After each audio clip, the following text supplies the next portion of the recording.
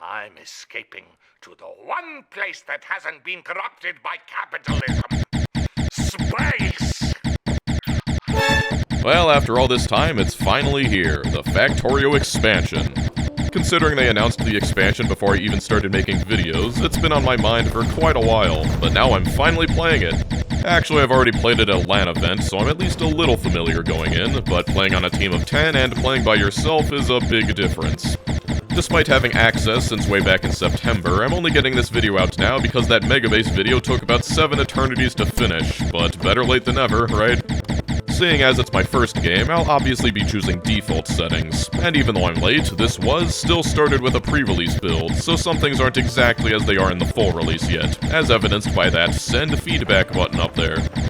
So despite all the grand visions of interplanetary travel and alien worlds, our start is still pretty much the same. We'll be mining directly with burner miners into furnaces to get iron plates so that we can make even more miners. Then we'll use those to make even more iron plates.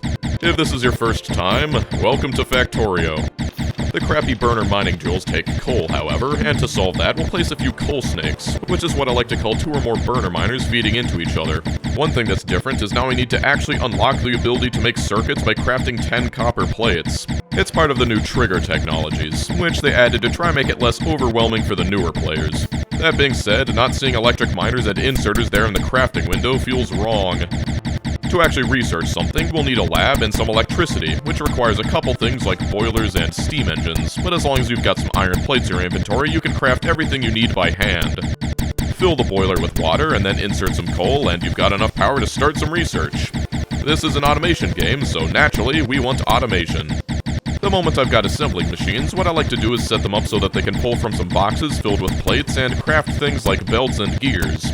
Making stuff by hand is fine, but this way we'll be able to craft more things at once. I can do the same thing with the science ingredients and put them directly into the lab, so I'll at least get a trickle of research while building everything. Constantly needing to refuel things is really annoying, so I'll want to switch to electric miners as fast as possible. You're still technically burning coal to make them work, but it's just that it's all concentrated in one area instead of on every single miner. I'm also in a pretty barren desert, so just to be safe, I'm making some really early ammunition. The reason is clear. There's a bunch of nests to my left, and with this tiny base, they're already starting to eat some pollution, so I've got to take them out. Just slam down some turrets and fill them with ammo, and we're good to go.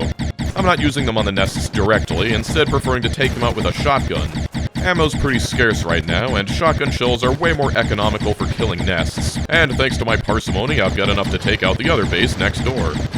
This one's a little more challenging because it's got 2 worms, but this is where I'll unleash the forbidden wiggle maneuver to make the worms constantly miss. They try to shoot it where they think you're going to be, and if you're just jittering back and forth, that almost never is right on top of you. It's amazing how different the gameplay is when you spawn in a desert. Anyway, since I was gathering some raw resources in the meantime, I've got all I'll need to get started on true automation. I've also put down some bricks for some slight walking speed bonuses. And though things change, one thing remains the same, the furnace stack. 48 stone furnaces will output exactly 15 iron plates per second, which is exactly enough to fill a yellow belt. It's mostly just a matter of crafting the 100 inserters that one takes. I make another one for the copper and then set up several miners, which I've also made thanks to my bounty of raw materials. At the start of the game, it takes 30 miners to fill a yellow belt, and this starter patch can manage at least that. It's only once you have a stack of iron and copper that Factorio really starts. There are some quick assemblers to feed my growing hunger for belts, but the most important product is circuits, which I'll make right here. Once you have these fully automated, you can make all the buildings and science you want. But first, I'm going to set up some gun turrets and ammunition. Not taking any chances here. Nope. So my last video was that mega base, and after all that optimization, my spaghetti soul is screaming out in pain. It's impossible to control at this point, and so I'm just building anything where it'll fit. That includes these builds for red and green science. This is certainly a little bit more than that one hand-fed assembler we started with, but with one gear assembler, we'll be able to take care of all these red assemblers. Green science takes inserters and a belt, but that still just takes iron plates and some circuits. That's all it takes, but with increased production comes increased power demands. But that's nothing a couple more boilers can't solve. As usual, I'm totally reliant on the starter coal patch for energy, and coal power is very stinky, meaning more biter attacks, but we'll deal with that later. Time to place down the labs. I'll put them down right here with the utmost confidence that I'll be able to route in all the other sciences later. Now at this point, I'm tired of crafting all my machines by hand, and so it's time to automate them. You can make pretty much everything you need with just iron plates and circuits, but sometimes you gotta turn the plates into gears first. Also, even though I make inserters for green science already, I don't make long inserters or fast inserters. Also, moment of silence for filter inserters. Nevermore will their purple perfection grace our factories. Moving on, it's time to make steel, which I can easily accomplish by making 2 more furnace stacks. The first one is to make iron plates, and the second one is to turn those into steel. Then I'll set up bricks real quick. You never need very many of these, but it's nice to have. Since I'm resolving to take these biters seriously, I'm going ahead and making some piercing ammunition. And I really am just letting my heart guide me on this one. Not only do these rounds make biters 60% more dead than the yellow ones, they're also used in military science. Then I'll use those bricks I just made to build some walls. Useful for defense, and also an ingredient in military science. 1 assembler is enough throughput for 10 science assemblers, so this is more than enough since I'm making only 5. The last ingredient is grenades, but I'll just be inserting those directly between assemblers. They just take some coal and iron, which I've got nearby. Yes, can you feel the spaghetti growing? But that's military science. Since I want to get into space as fast as possible, I'm not really building for expandability. I just want enough to make some supplies and some rockets. At least, that's my excuse for running this steel belt all the way around here. I'm going to use it to make some engine units, which are used in chemical science. Also, they're the only thing I can build for chemical science without researching oil processing. These will take more iron, and so I've set up another furnace stack, as well as shoved some automated power poles in here, you know, because they fit. Also, I've been placing gun turrets pretty much everywhere because of things like this.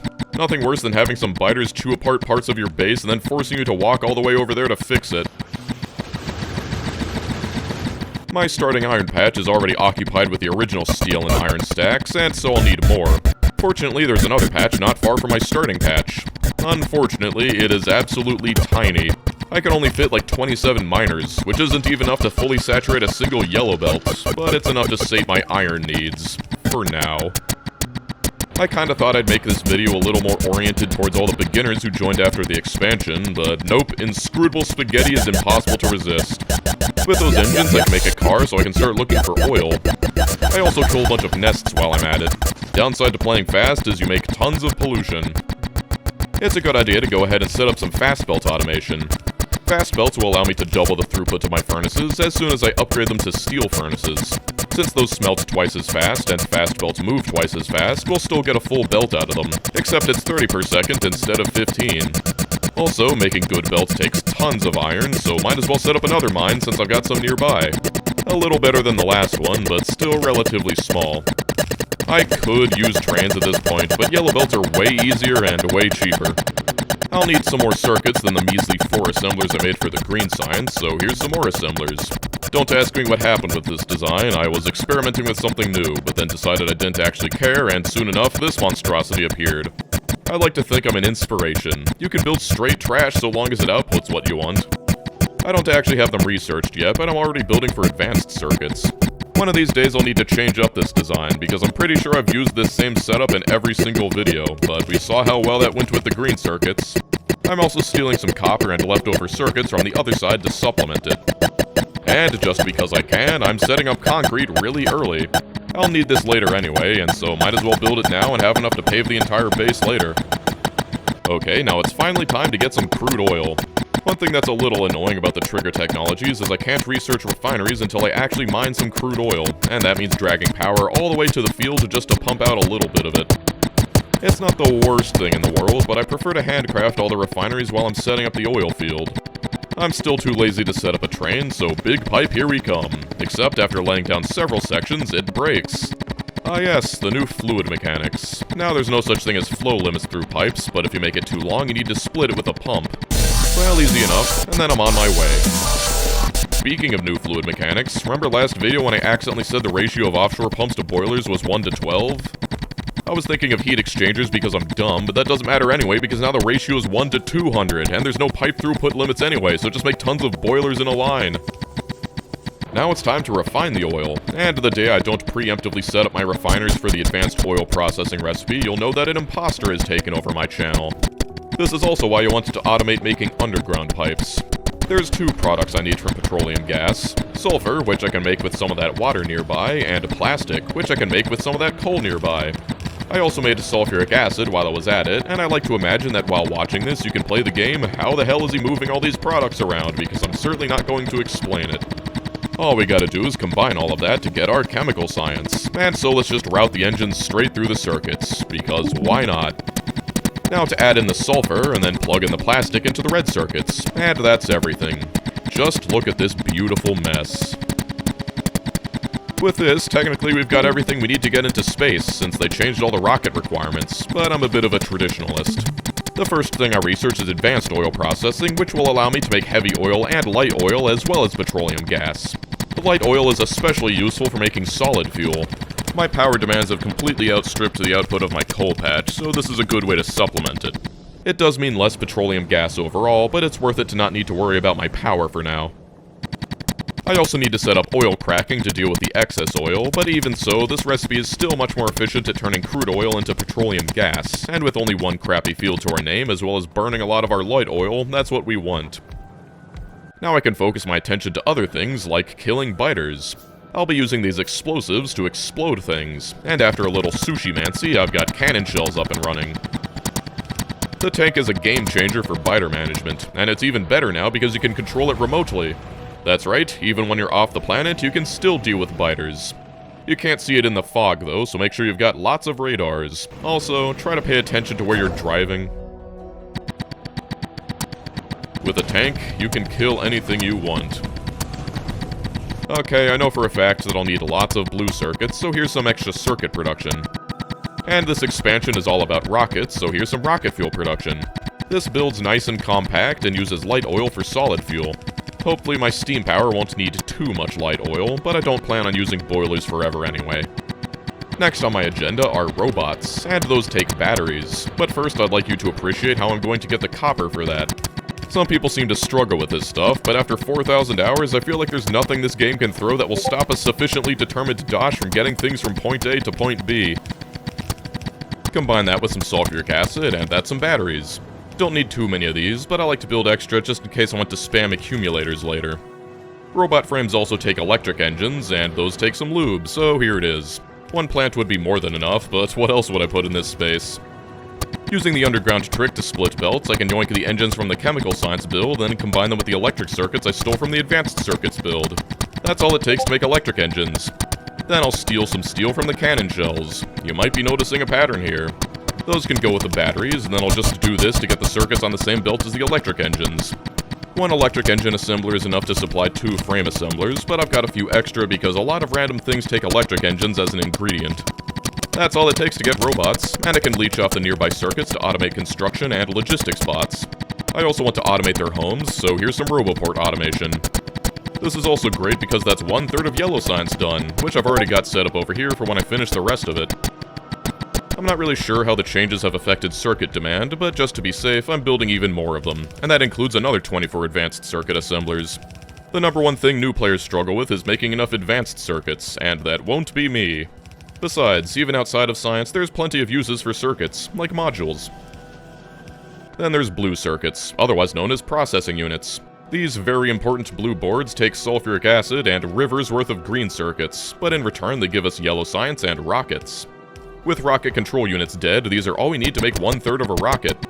Also, setting up some efficiency modules is great for reducing biter attacks on mining outposts by 80%, which is good because I've definitely been expanding my pollution cloud a little bit. Even though I'm already 2/3 done with yellow science, I'm switching to making purple science. And even though I've already got the bricks and stone set up elsewhere, that mine isn't long for the world, so I might as well set up some more brick furnaces, this time with electric furnaces. They're actually worse for pollution overall than steel furnaces if you're still using boilers for power, but because they have module slots, you can fix that by just shoving 2 efficiency modules inside. These bricks will be used exclusively for making electric furnaces, but now I actually need the stone to feed them. There's a mine over here, and I've got more than enough belts, so here we go. Apart from the bricks for furnaces, I'll also need some stone for the rails that purple science takes. The rails also take iron rods, and while I usually direct insert them because it's a 1:2 ratio on stick to rail assemblers, this time I'm just building them over here. I'll also go ahead and build the landing zone for purple science so I know what the footprint will look like. That leaves me with enough space to fit the productivity modules in here, which can leech off their green circuits and red circuits from the processing units. I've also got some speed modules in there because while they're not used in any science anymore, they're nice to have on hand. That leaves only the rails themselves, and apart from stones and sticks, they also take steel. Lots of it. If you're continually making science, rails account for something like 50% of all your steel consumption. They spit out so many rails, I feel like it's necessary to use the inserters formerly known as stack inserters.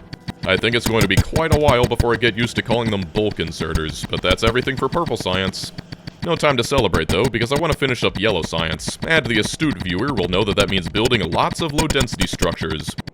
Not only are they the final ingredient in yellow science, but they're also the final ingredient in rockets, of which we will be making many. However, they require tons of copper, and so that's why I'm setting up all these electric furnaces around here. They're a lot bulkier than the steel furnaces, but the advantage is they don't require a fuel belt, and you can use modules and beacons to increase their speed.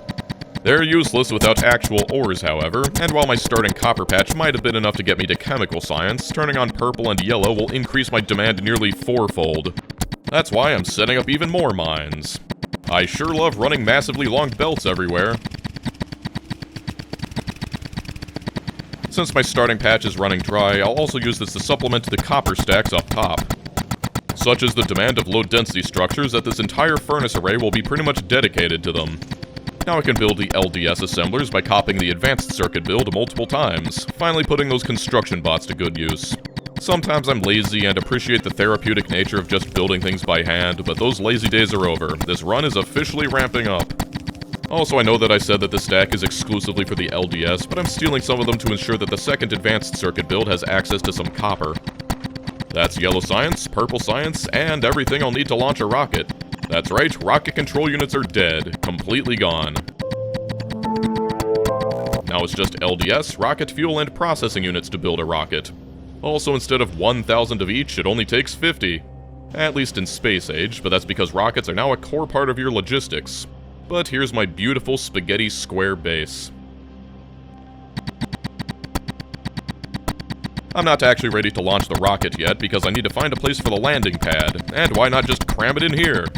I'm also setting up the lab so that they can accept the space science from below, but space science is a little different than you remember. First, though, my iron production from those two tiny mines is awful and not making enough steel for my low-density structures, so I've got to sort that out first. I've decided to use a train, thinking I'd tie it into a future rail network, but want to guess what never happened?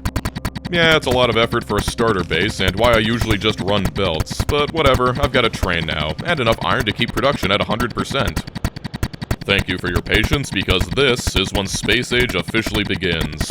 To get any farther, I've got to start making some space platforms, and they take tons of steel, which is also why I wanted to shore up my iron supply first. While those work, I should probably actually launch a rocket.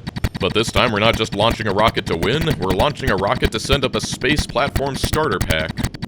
Also, always fun to casually get the 8-hour rocket achievement when I'm not even trying. Here it is. Space. This is where we'll be making space science. Crazy, right? But we can't just fly up there and start building things. This is space age, not space exploration. In order to get anything up there, we'll need to launch a rocket, but they have very limited capacities. For example, a single rocket can only carry 50 pieces of platforming, and so building even something small will take dozens of rockets. The advantage? You can build anything remotely, and the animations are gorgeous. Everything to make space science comes from asteroids. They're just floating around aimlessly, and to get them, we need these asteroid collectors. The actual science takes ice, carbon, and iron plates. Fortunately, the three types of asteroids, metallic, oxide, and carbonic, contain just that. Except to actually get it, we need to crush them first. Each one needs its own crusher, though with the ability to change recipes with circuits, you can actually get away with one if you really wanted to. This way is easier, though. The metallic asteroids only give iron ore, so we'll also want some furnaces up here. And you know what's really great? You don't need power poles in space.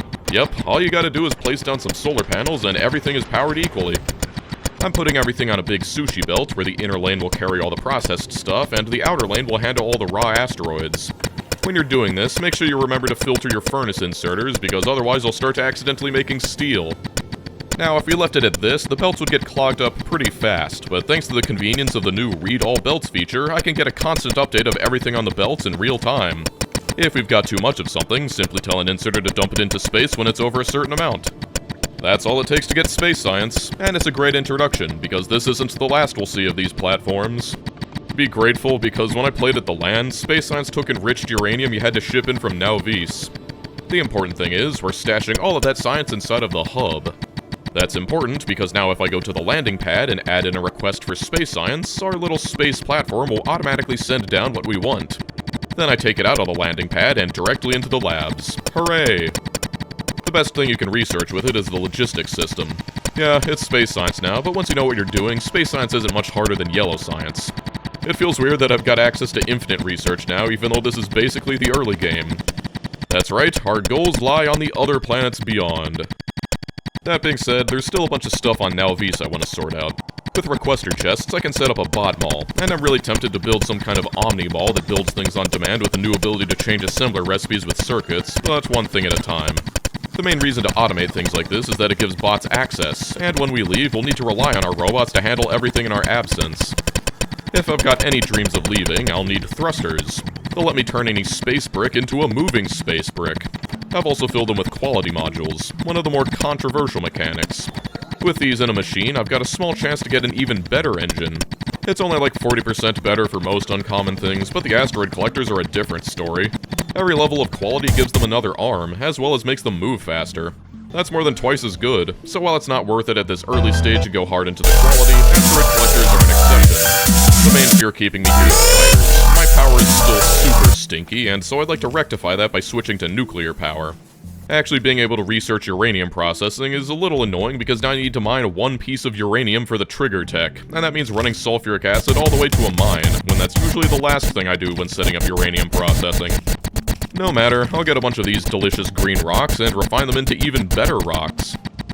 There's only a 0.7% chance to get enriched uranium, and that's what we mainly need to make power cells, so I'll just leave this running while I deal with everything else.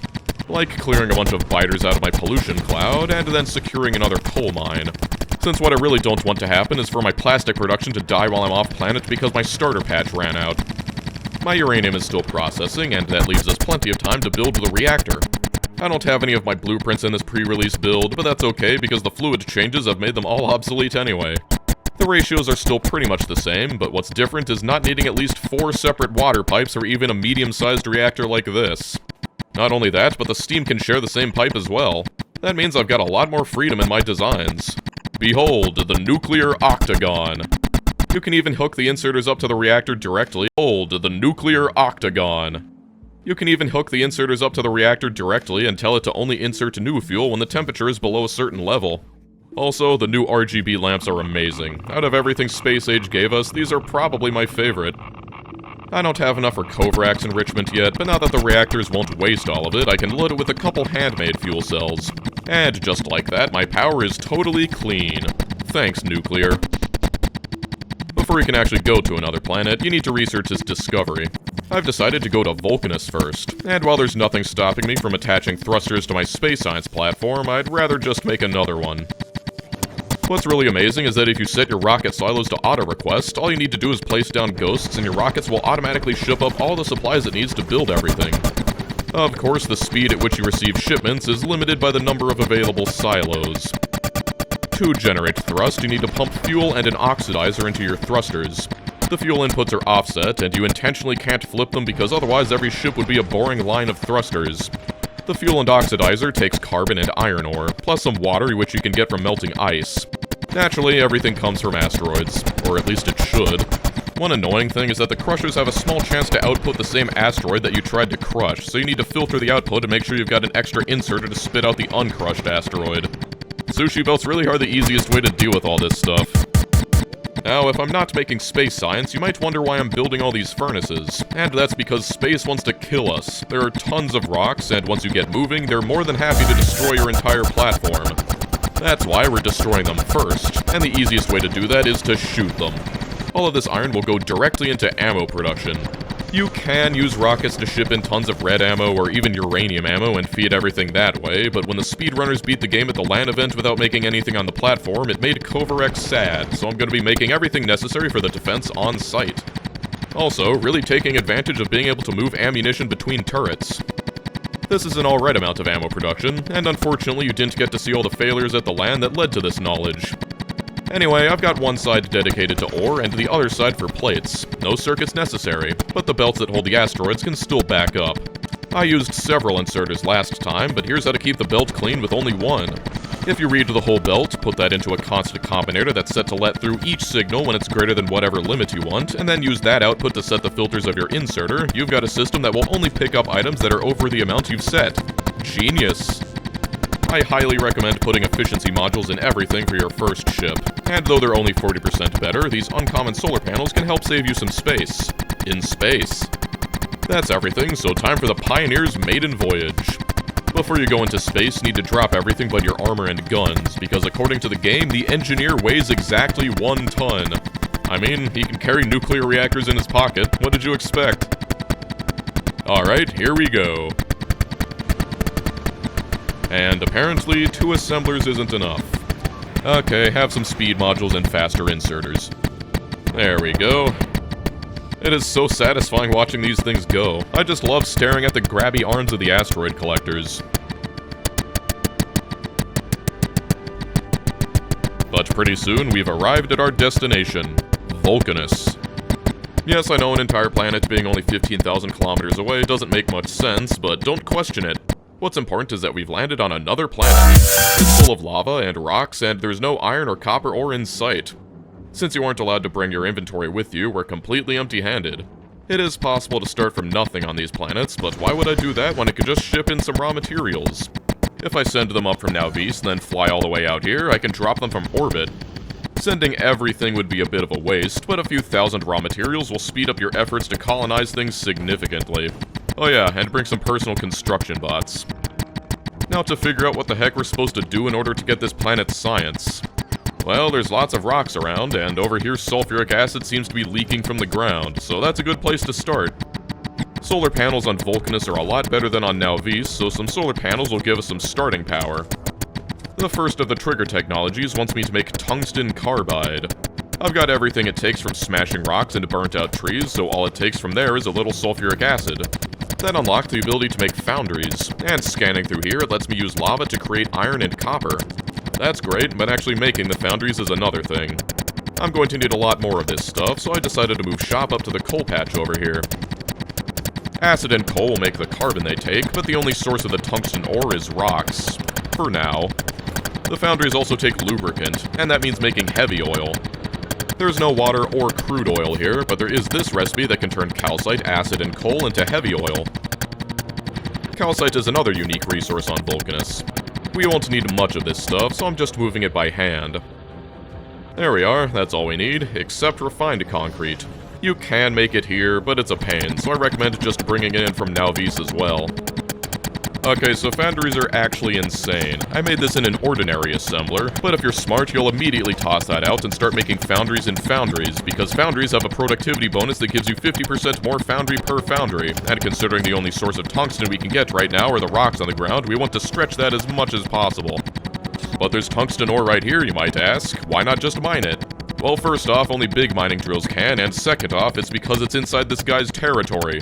If you build anything in their territory, they're going to be pissed, and I would not recommend taking the demolishers lightly. No, we've got to be content with our starting area for now. By the way, at the LAN, the starting area was accidentally generated with worm territory as well. It's as fun as you can imagine. Anyway, with the foundries, I can suck lava out of the ground with offshore pumps, then turn it into molten metal. It just needs a little bit of calcite as a catalyst, but apart from that, it's completely infinite iron and copper. It spits out stone as a byproduct, but if you didn't think Vulcanus could get any better, we can just get rid of it by throwing it into the lava. So might as well make some bricks with it.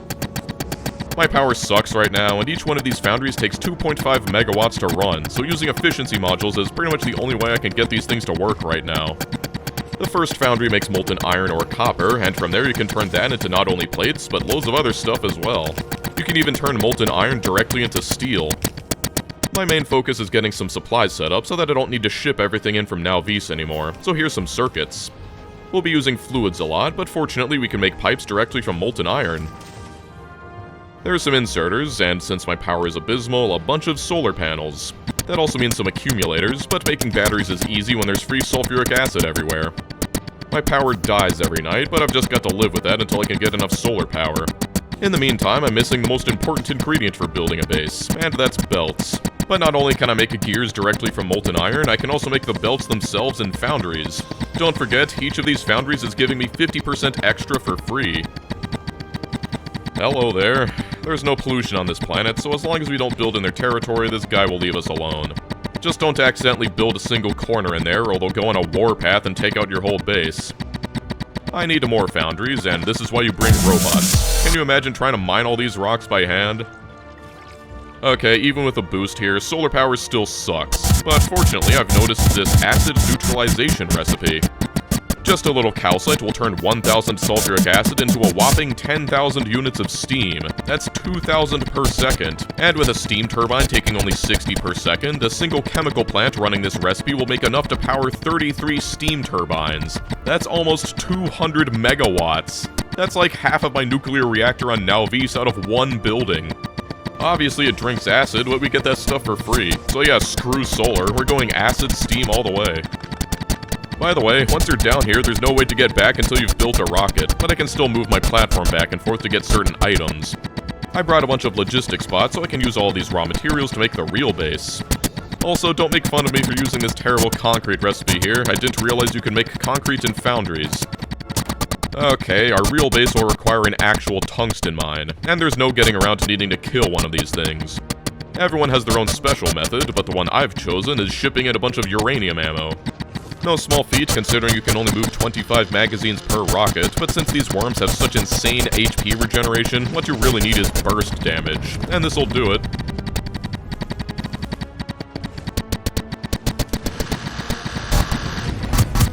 Those explosions they summon are a little scary, but that'll take care of the small ones. Now I've just got to secure the tungsten patch. There's one more I want to take care of so I can get access to even more acid and calcite. But let this be a lesson for anyone underestimating them. I was trying to lure it into the guns, but stepped too far into their slowing cloud and exploded. This walk of shame really makes me appreciate power armor and exoskeletons. Unfortunately for the worm, round 2 didn't end nearly as well. Alright, now all I'm missing are big mining drills. They take electric engines and advanced circuits, so that's another thing I'm shipping in. I think a lot of players are going to lose hours simply because they didn't realize that you can just bring in whatever you need as long as you have a functional platform. They can also be made in foundries for a free 50% more mining drills. And since I've got everything in provider chests, I'm to the point where I can just set up any new supplies I need remotely. Calcite is required for pretty much everything, but you need so little of it that this amount of miners is perfectly fine. Also, just one of these big mining drills is 5 times as fast as a regular mining drill. Not only that, but they drain the ore patch they're on half as fast and have a huge mining radius. Just like foundries, they are amazing. I'll just bring all that down here and start setting up the real base. Since I've got tons of power, I don't need to skimp out on the foundries anymore. This is probably overkill on the lava to molten metal recipe, seeing as one of these can support 2.5 plate foundries, but who cares? Everything on Vulcanus is basically free anyway. It's generally good to build these next to lava, not because of the fluid input, but because it means less distance to cover to obliterate all the stone it spits out. Funny how the planet without any water gives you the access to infinite landfill. Oh yeah, and you can't use underground belts or pipes to go through lava, so don't even try. You can't build over the lava, at least until the end game, so all of your stone disposal inserters will end up all over the place. I've got all the molten metal I could ever want, so now I've got to get some sulfuric acid. I've got that gigantic field right next to the calcite mine, so that seems like the obvious choice. Setting up pump jacks is always fun. Moving it with pipes makes it a little bit too long, so I've got to use a pump to split it, but a pump has a flow limit of 1,200 units per second, when those pump jacks are definitely making more than that. Here's how to bypass that. Just add even more pumps. I definitely won't need 14,000 units of acid per second, but it's the thought that counts. Next, I'll need some coal. It's very important, and the starting patch is pretty small, but this is when I'm thankful for the reduced resource drain on the big drills. It'll make this 700k patch last as long as a 1.4 million one. Last thing I need is some tungsten, and that requires... Tungsten carbide drills? Unlike the other resources, tungsten has a mining time of 500%, meaning that these fancy drills will mine no better than our crappy old ones. That's why I'm building a lot more of these than I did for the other resources. Before, I made tungsten carbide purely for the foundries and the big mining drills, but now I need to make it on an industrial scale. And all that starts with a coal and sulfuric acid to make carbon. Since everything on this planet is so cheap, it's go big or go home, and so I chose an amount that'll comfortably consume the entire output of that tungsten patch. The ratio of carbon to carbide is roughly 1:1, so this'll take care of it. I don't know why, but seeing purple ores makes me feel funny. But in a good way. Anyway, despite my best efforts, some biters have expanded into my pollution cloud. I try to take them out with a remotely driven tank, but this is why you want to set up radars everywhere. You can shoot things like this, but without being able to see, this is pretty much inevitable.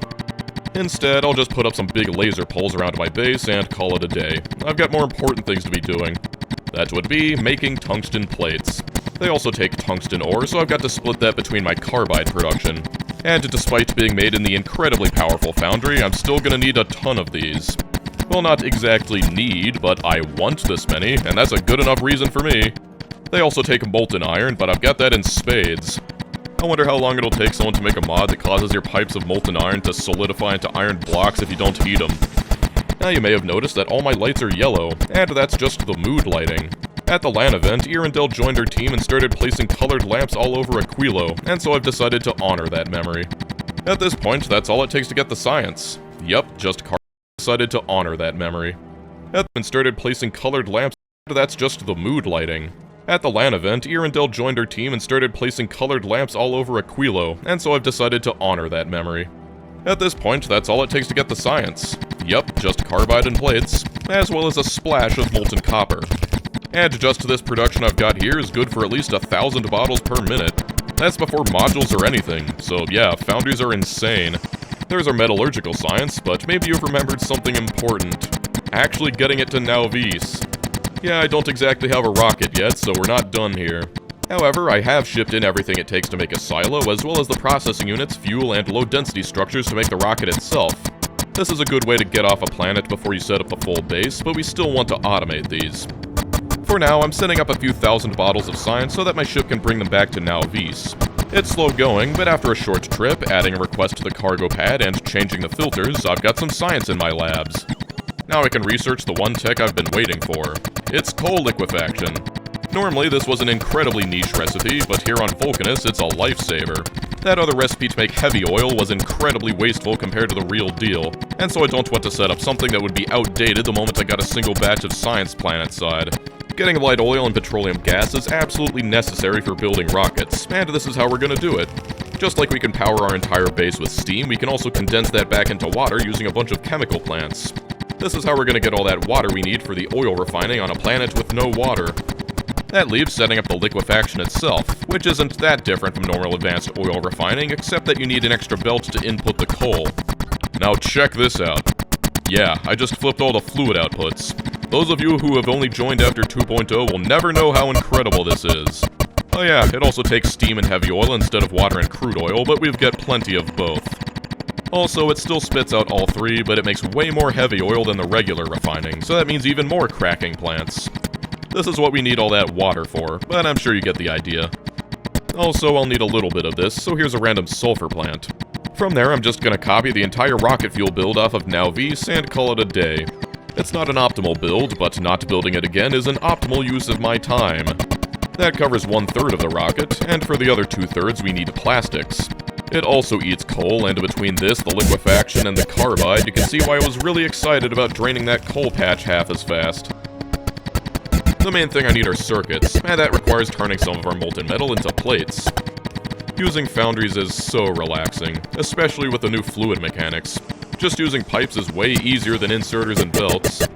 Pretty much all of this will be for circuits, and I don't want you to make fun of me because I completely forgot that you can use foundries to make copper wire directly from molten copper, so making it into plates was completely unnecessary, but whatever. It's not so easy to beat out like 7 years of intuition making circuits. I can also reuse my advanced circuit units from Nauvis. Once again, this is only possible thanks to the structure box and all the supplies I automated before building all this. And that just leaves the processing units. This may seem like overkill considering I'm not making any yellow science here, but I'm going to be using all of these for building rockets, but we'll get there. I'm glad they removed rocket control units, because now I appreciate not needing to build another 100 assemblers making speed modules. The last ingredient is low-density structures, and much like the copper cable recipe I should have used, I can make them entirely in a foundry. It's just so convenient. Instead of needing to make tons of steel and copper plates, I can just pump molten iron and copper into them directly.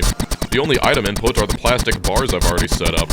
And once again, forget how convenient it is, I'm also getting another 50% for free simply from using the foundries. Part of me expected there to be an engine recipe in the foundry, but nope, we've got to make those the old-fashioned way. The only reason to make these here is for electric engines, which are used to fully automate big mining drills, additional robots, as well as rocket silos. Because of that, I can just put them all in a requester chest and forget about them. I also made some Tier 1 modules and some cliff explosives, but everything's looking good. There's one last thing I want to take care of, automating transport belts. I've been using red belts up until now, but this is Vulcanus, and they have something even better. I didn't even automate blue belts on Nowvies because I've had my eye on these the entire time. The legendary green belts. They move at 60 items per second and can only be made on Vulcanus. But first I've got to automate all the other belts, and the molten iron to gear recipe being incredibly convenient once again. The turbo belts take tungsten plates instead of iron gears like everything else, and while that will cut into our science production, I think this base makes more than enough. You know, these were called tungsten belts before the full release. As we all know, it's not a real base unless it's got concrete and lamps, so I'm doing what I should have done ages ago and making concrete in a foundry. Unfortunately, you can't make refined concrete in a foundry, so I've got to set up some other foundries to make the steel and iron rods, once again straight from molten iron. I kind of overestimated my refined concrete reserves and got a bit overzealous and started painting everything with concrete, making the alerts flash not enough materials for like 2 hours straight. I've got some rockets building though. This whole base is pretty much done and set up to be completely autonomous. This science will be held in boxes next to the silos so that the bots can shove it into the rockets on demand. I've only got one ship right now, but I'd like one dedicated entirely to Vulcanus. Fortunately, I can simply copy my entire ship, create a new space platform, and as soon as the starter pack is launched, paste my entire blueprint and sit back while the entire thing is built automatically. Damn, it feels good to automate. But I do make some adjustments to the amount of ammo production.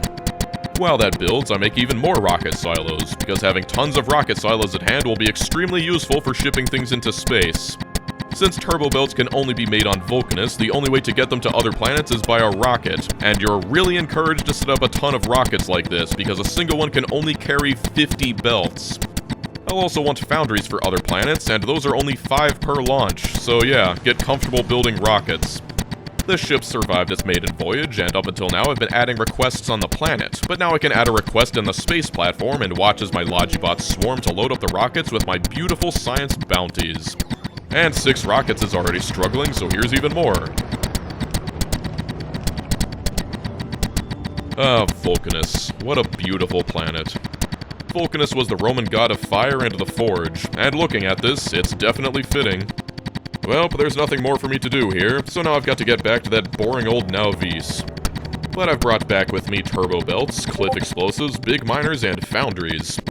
As if welcoming me back, not 2 seconds after landing, my iron train is under attack. Yeah, I missed you too, biters. So back on Nowvies, there's not really much for me to do aside from blast apart some biters that have shown up. The one thing I want to do is research artillery, which is now locked behind Vulcanus.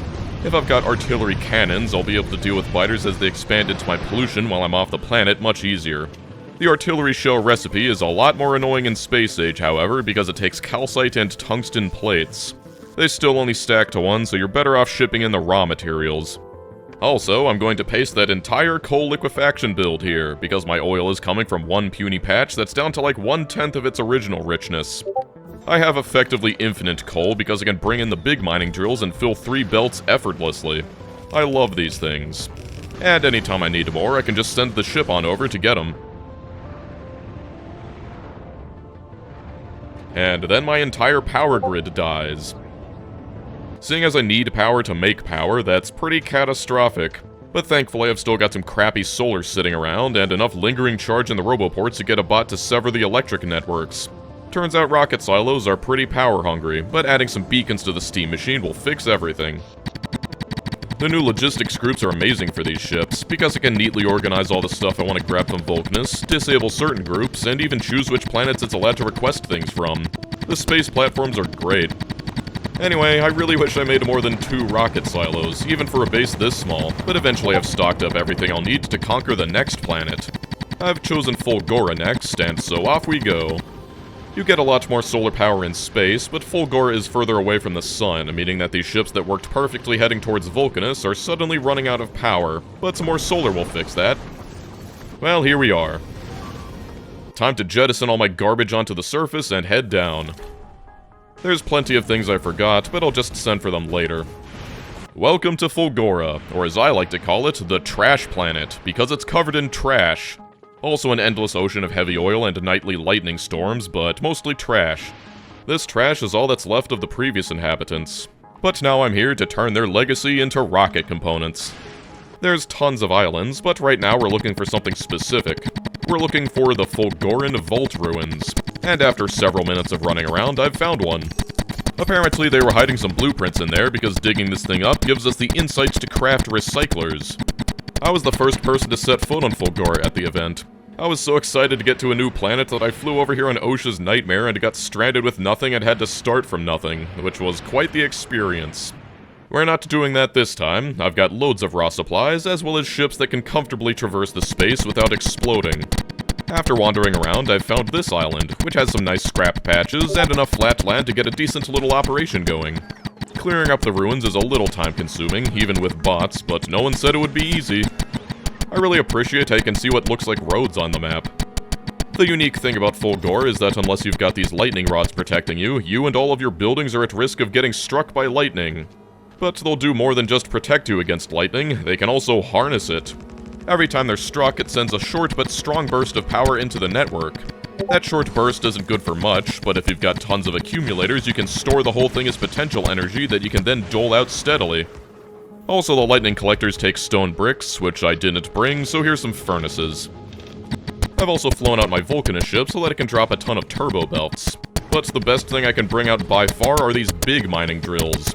Scrap has a mining time of 50%, meaning that one of these will output a whole 5 scrap per second. And paired with these turbo belts, I'll be able to get a ton of throughput in a relatively tiny space. And now I will reveal my plans for Fulgora. When I was first here, I tried to handle everything with belts, but I've seen the light since the LAN. By recycling scrap, we have a chance to get any of this stuff, and so sorting it out is an enormous headache. That's why we're just gonna make robots do it. By simply making it output directly into a chest, we can stockpile everything and make it available to the robots to grab on demand. It might not be pretty, but it works. It's also extremely easy to scale up. This is why I brought 500 logistics bots with me. The power suddenly going out reminds me what planet I'm on, and so I shove some efficiency modules into everything and then start setting up accumulator automation. Batteries are a potential result from scrap, but in order to get the iron plates they take, we need to recycle even further beyond. Recyclers not only chew up scrap, but they can also break most items into their constituent components, but only recovers 25% of them. That means if we shove iron gears into one, we have a chance of getting back iron plates. By the way, iron gears were a lot less common when I first played, but I can only imagine that the developers saw me waiting around a single mining drill assembler for 30 minutes and decided to buff the scrap returns. Oh yeah, I've also automated recyclers, but they just take things that scrap outputs naturally. To upgrade your power on Fulgora, you both need more square acreage to collect more lightning bolts, as well as the accumulators to store it. I couldn't tell you the ratios because whenever I needed more power, I just pasted more of these. The true engineering way. In order to make actual progress, I need to make holmium plates. Holmium ore is an uncommon pull from scrap and the basis of all electromagnetic science. But first we need to melt some ice cubes and turn it into holmium solution, along with some stone. Making the holmium plates is really easy, since it just takes the solution, but this is why I really wanted to go to Vulcanus first. I can use a foundry and get an extra 50% for free. After making 50 plates, we unlock the mysteries of the electromagnetic plant. It takes some of those plates, as well as some refined concrete. You can get regular concrete from scrap, but you gotta make the refined stuff yourself, which is easily achieved by bots. It also takes some recycled iron plates. What's funny is you get processing units and advanced circuits, but if you want regular green circuits, you gotta break down reds or blues. Everything's backwards on this planet. Just like the foundries, the electromagnetic plant has an extra 50% productivity for free, so as soon as I've crafted one in an assembler, all subsequent ones will be made in the electro plant itself. Having these automated will make the rest of the base pretty easy, as well as using all of these bots to set up another mall just like I did on Vulcanus. Already you can see the swarm gathering. I cannot stress enough just how convenient it is to have everything you need on site. Before I start setting up the science, I'm going ahead and pasting another space platform. It'll take my rockets like an hour to send up enough stuff to finish building it, and that's why I'm doing it now. I'm also horrified to realize that I haven't even made any science yet, and I've already depleted half of that 300k scrap patch. And that's even including the big mining drill's reduced drain rate. Fulgora eats scrap like crazy. Well, to help organize things, I swap out the passive provider chests with active provider chests, as well as a ton of storage chests. Basically, it just means that the bots will remove anything the recyclers output and shove it into storage, which has the extra benefit of sorting them automatically and quite neatly. Again, if you don't use Logibot swarms on Fulgora, you're basically playing on hard mode. Probably in an effort to encourage you to actually automate them, accumulators are used in electromagnetic science, and so I've got to make even more of them. I'll also want some water, and with pipes having effectively infinite throughput, there's no reason I shouldn't just melt all my ice and feed it into one pipe. What I'm doing now is basically just what I was doing before, but more. Everything's handled with robots, so to make a belt of holmium ore and stone, I just need 2 requester chests opposite each other. But there is even more holmium solution. After a while, I'm getting to the point where I'll need to actually worry about things overflowing my storage, but I'll handle that with even more recyclers. Everything in storage is also in the logistics network, so by reading a roboport, I can get a real-time level of everything in the chests. Now it's just a matter of feeding that into a decider combinator to output a signal when it's over a certain amount. Then I can plug that signal into a requester chest and set it to Set Requests mode. Now they'll only request LDS to be destroyed when I've got more than I want. I still need only 1 foundry for the plates, but the next thing I need is this electrolyte. It also takes some of our holmium solution, as well as some heavy oil, but we've literally got an ocean of that stuff. Then it takes some stone, but again, bots handle everything and it's only a chest away. Also, you may have noticed that I'm using the appropriate mood lighting here as well. Next, I'll need a little light oil, and since I've only got access to heavy oil, I'll need to crack that down with some water. The light oil is used to make superconductors, along with copper plates and plastic bars. Neither of those come from scrap, but both can come from recycling low-density structures, which I've already set up 2 paragraphs ago. Both of these and the supercapacitors take holmium plates. The capacitors themselves take that electrolyte, as well as batteries, the conductors, and green circuits, which again come from breaking apart processing units. Making those is what actually unlocks the ability to make the electromagnetic science, and all that takes is that, the accumulators, and the 2 fluids that we're already using to make the other stuff. This is a pretty small operation, so I've only made enough to support 3 electromagnetic plants making science. It's much harder to scale up here than on Vulcanus, but this should be more than enough to get me started. Don't be afraid to make small builds like this just to get the science. I don't think I recycle enough scrap to generate the holmium ore necessary to satisfy this level of production constantly, but I've still got a ton stockpiled.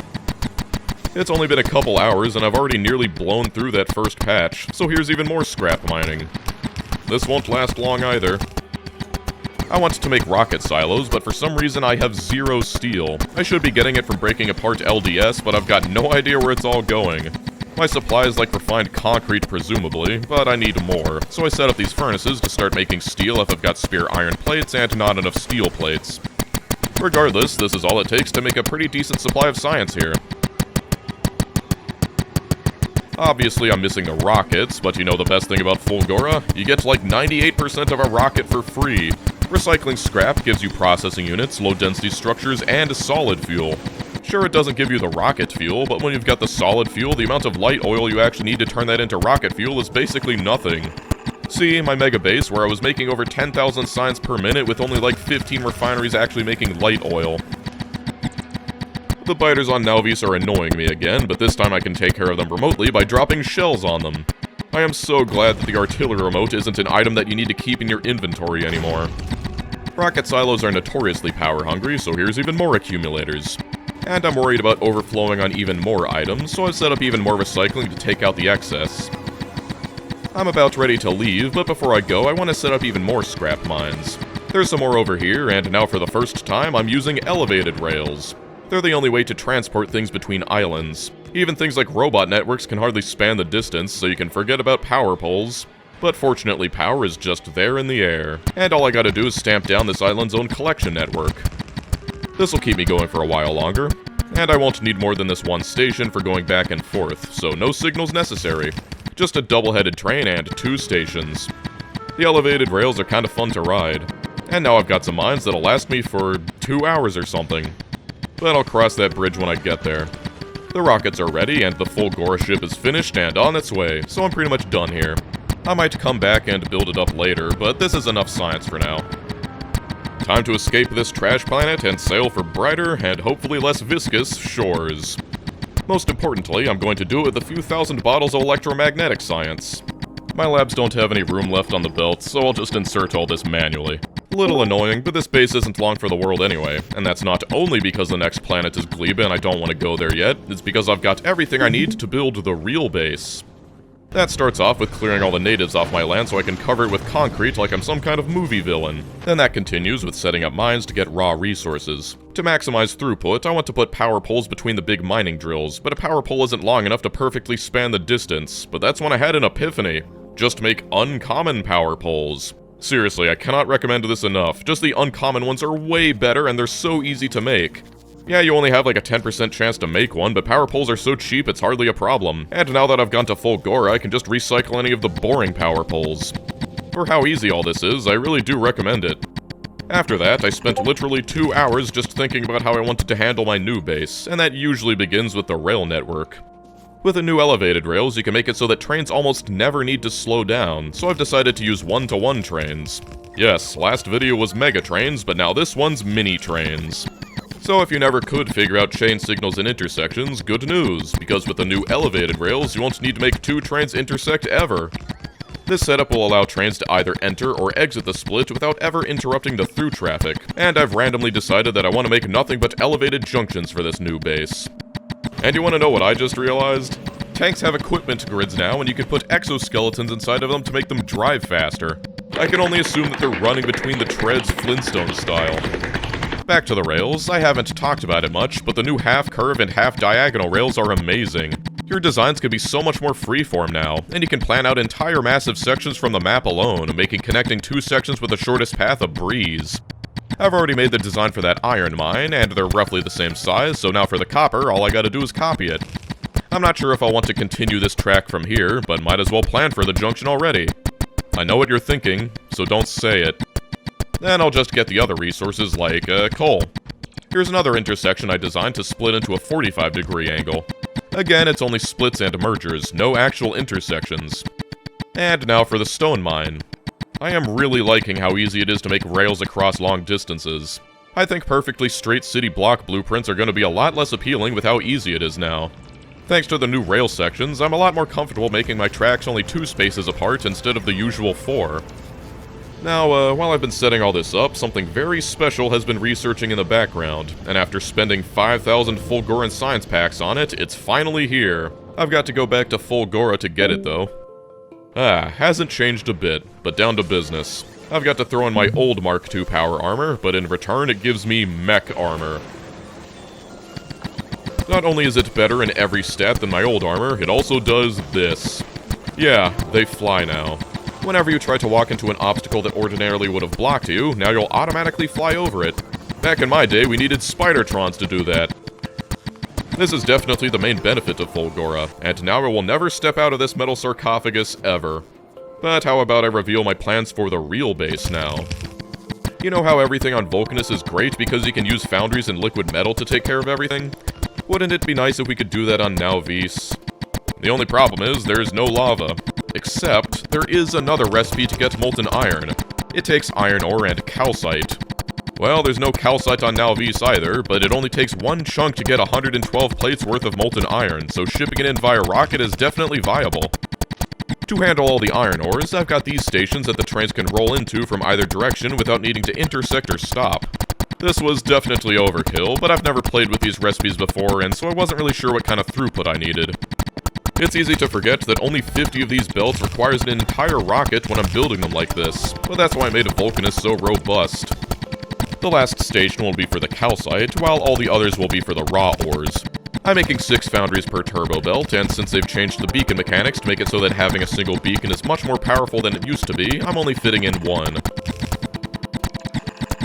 Now instead of moving around plates, it'll be much more convenient to move around the molten metal to where I need it, so all of this stuff is going to be pumped into tanks and loaded into fluid wagons.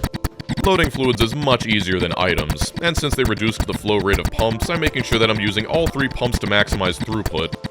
That's pretty much everything. Now I've just got to copy this whole thing for the molten copper. I say this every video, and I've already said it this one as well, but you really want to set up a proper supply hub, because pasting something like this and having it just appear is amazing. I'll finish this up later, because the only raw resource I haven't set up yet is oil. And look at those fancy new graphics. This is when they officially updated the game to 2.0, but anyway, pump jacks. It's still crazy that I can just fly over the water like this. It's also crazy that the fluid loading stations don't need the pumps in the tank water like this. It's also crazy that the fluid loading stations don't need the pumps in the tanks to be directly connected for maximum throughput anymore, making these narrow stations more than just a dream. And one field definitely isn't enough, so here's another one. I've decided to put all the oil processing down here, and I spent way too long trying to make a junction for this half-diagonal section before finally deciding that it's impossible to make it not look like trash because the ramps are restricted to horizontal and vertical orientations. Anyway, the unloading of crude oil is going to look a whole lot like the loading of it. Without flow limitations, tanks only exist to hold fluid. That might not sound like crazy, but back in the day they were pivotal at fluid management. I've got this lake nearby to supply all of my water, but I'm pretty sure you've seen enough oil refining to get the idea. I'm once again using the mirror feature to make this build more compact. And moving on to setting up the oil cracking, the only notable thing about this build is that I was streaming a bit of it to my patrons, and so I wasn't slacking around as much as usual. That's why everything is going up in a matter of minutes. I'm designing everything as ghosts because I can simply connect to the robot networks when I want to actually build it. You need coal for making plastic, which I want to do here, so here's some coal stops as well. Apart from making plastic, I'm also going to set up some coal liquefaction. There's barely any good oil fields around here, but with the power of the big mining drills, I can get tons of coal, so this will be a good supplement to the crude oil supply. I can feed the results through the same oil cracking build. Now to make the plastic. I'm a little hesitant to make a super serious build because there's something I'll unlock later that'll make this whole thing look like a joke, but I'll need plastic to get that far, so still gotta build it. Then, other notable oil products include rocket fuel. Even though this isn't strictly used to make science anymore, it's tangentially used to make science. By now you shouldn't need me to tell you that being able to build lots of rockets is good. You may have noticed that I'm leaving spaces 3 wide between all the buildings, and that's because I might want to fit in beacons later. I'm not really going hard into the beacons this run, but it's good to have the option. You may also recall that coal liquefaction takes steam, and I'm going to solve that by giving it its own personal nuclear reactor. It's not like making fuel cells is hard. Anyway, anything I make over here is going to need its own train stop to bring it elsewhere, so here's where all the rocket fuel is going to be picked up. Moving it by train is a lot better now that they doubled the stack size. There's a couple more oil products I want to make here, namely sulfuric acid. The only problem is that it takes iron plates. However, since I'll have tons of trains filled with molten iron buzzing around, it'll be no problem to make one stop here and to feed a couple foundries. Then there's the actual sulfur. It takes petroleum gas and water, and half of this stuff will be for the sulfuric acid, while the other half will go onto a train to be brought to the chemical science build, as soon as I actually build it.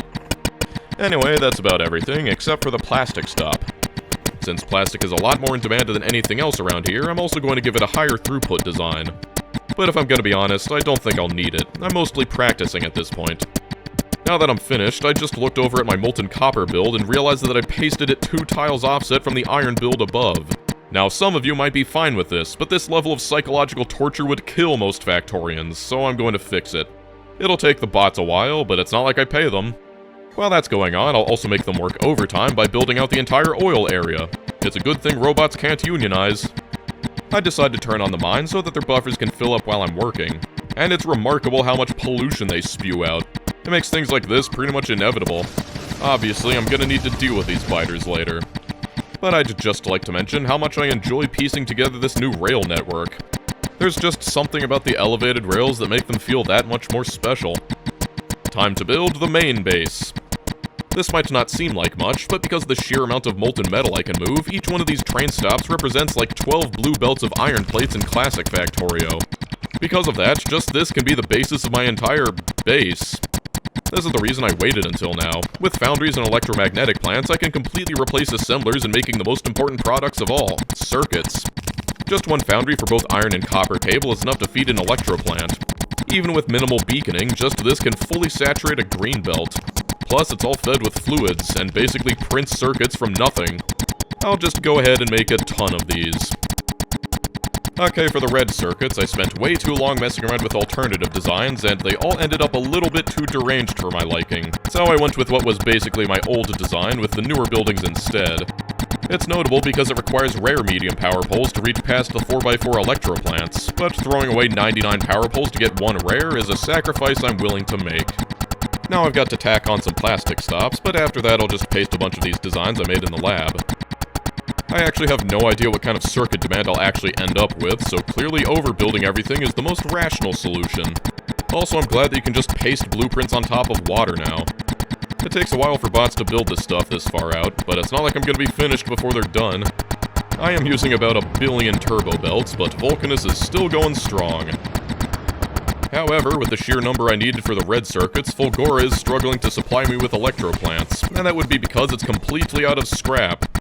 I was mostly joking, but yeah, that extra scrap patch lasted me about 4 hours. I'll deal with that as soon as I finish up the final part of the circuit build, which is the processing units. Since electro plants are 4x4, you can actually fit undergrounds between the inserters to fit the sulfuric acid pipes. That allows me to build it nice and compact. But then just gotta copy it a couple times, and that's it for all the circuits. Before I build myself into too much of a corner, I want to reserve some space for rails. And even though I swore not to use the SAC junction again after everyone in my Discord made fun of it, it's the only thing that'll fit here.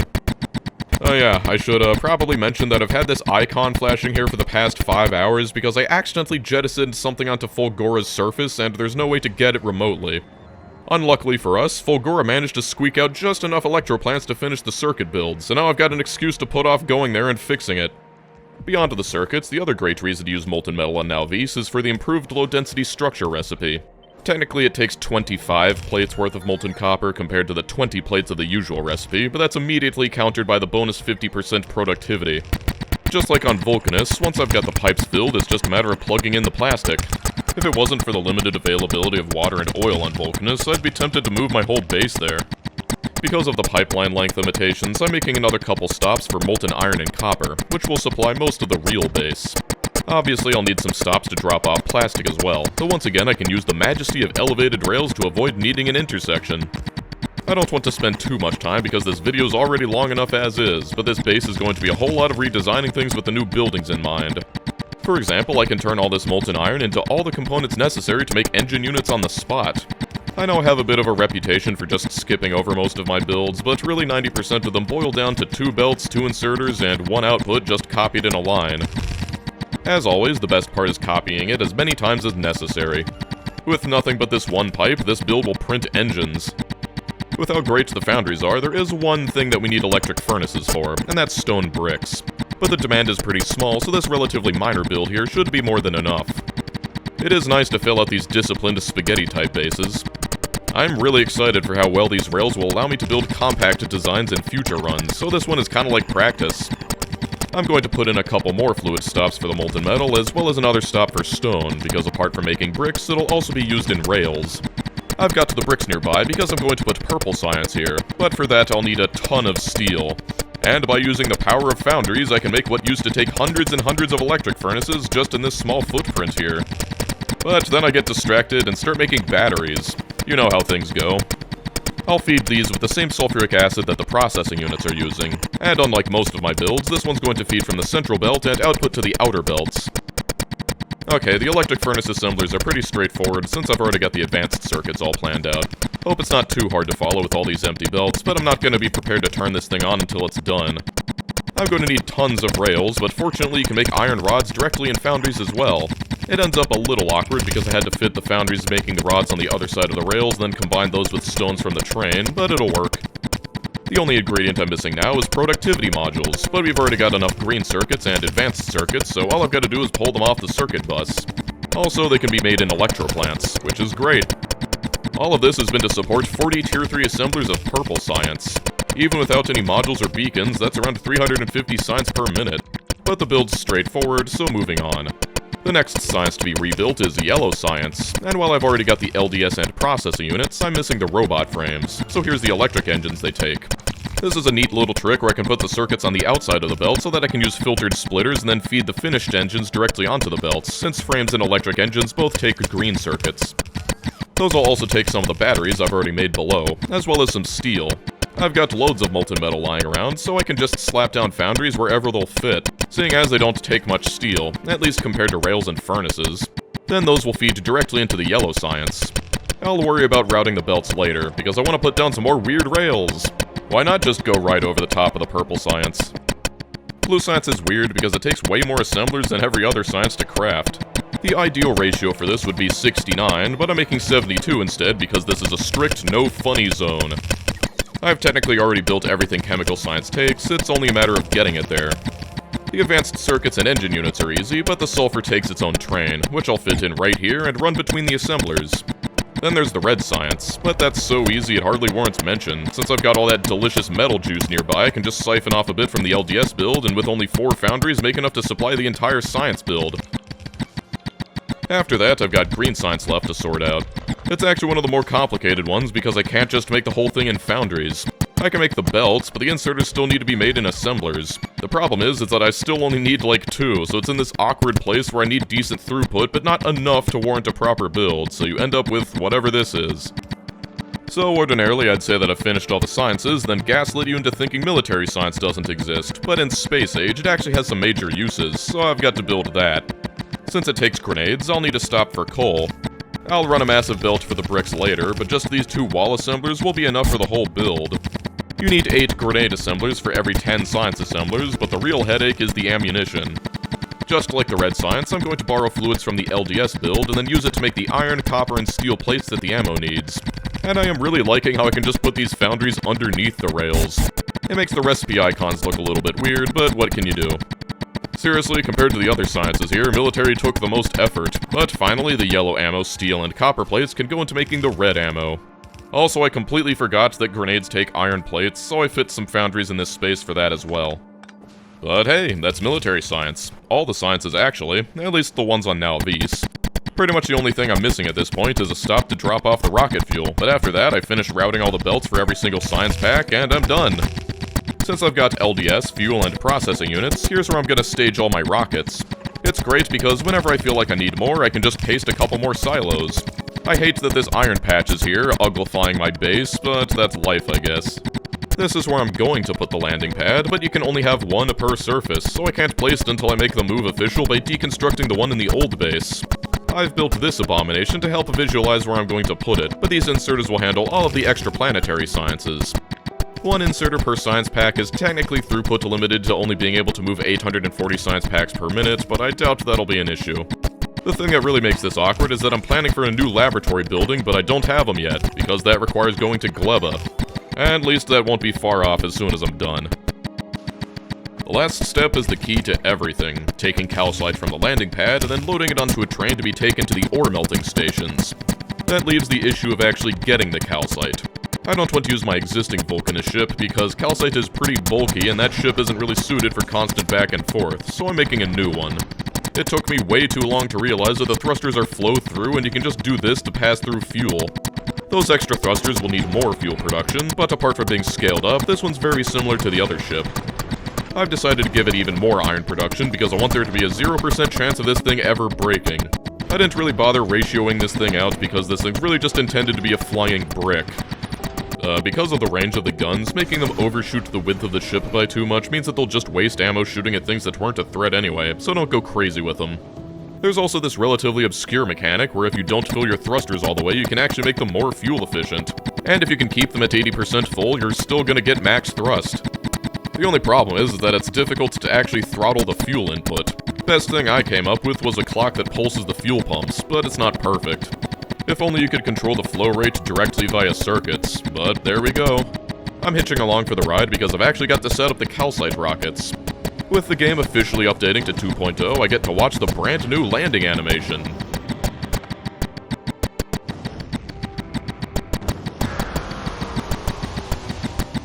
Smooth. Alright, now all I've got to do is set up a bunch of new rockets, which is easy when you've already got a whole base set up. This guy's going to watch while I divert some calcite over here.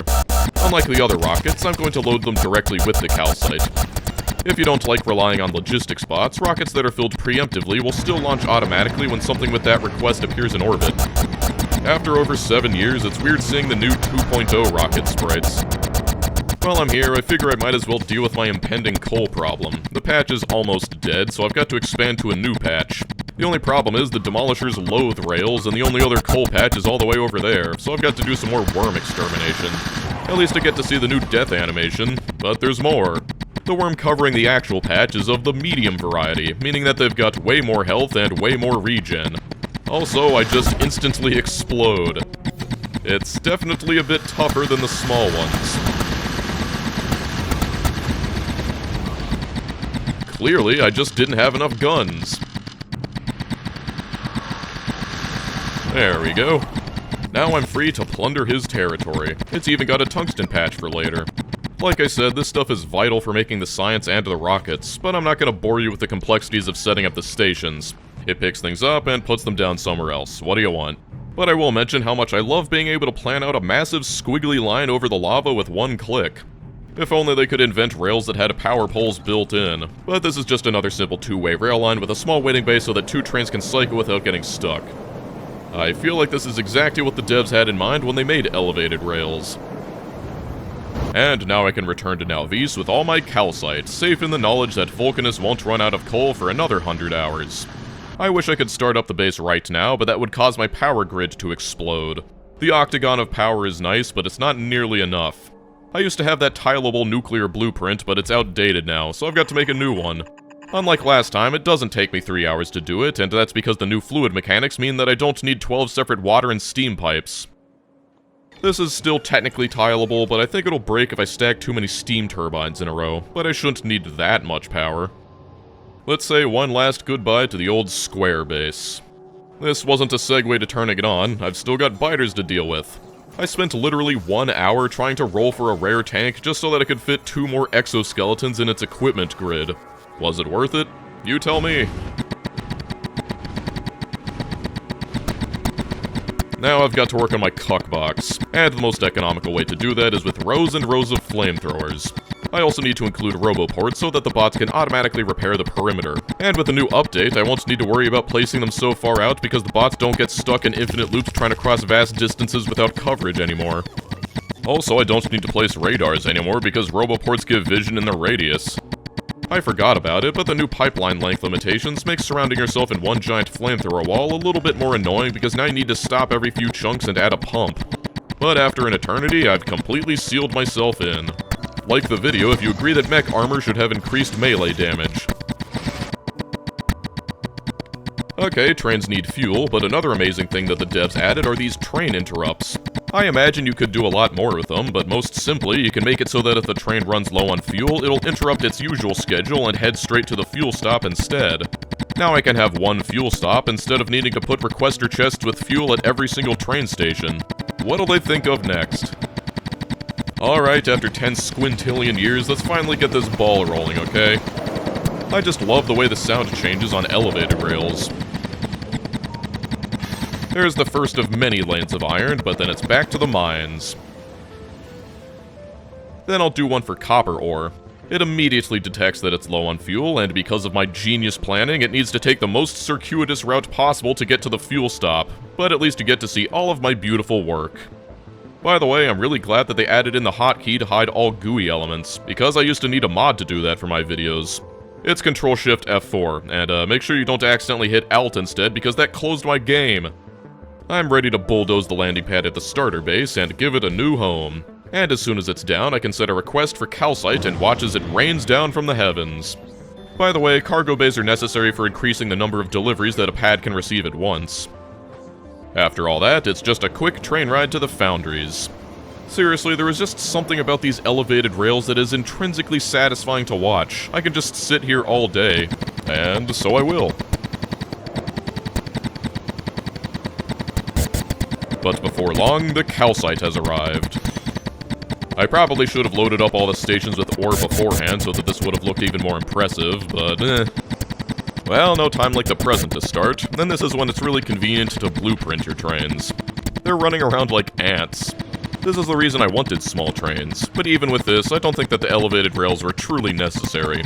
Because of how powerful the new buildings are, you need way fewer trains, so I think it'll take mods to really push the elevated rails to their limits. Case in point, just look at this sea of circuits from only 2 trains.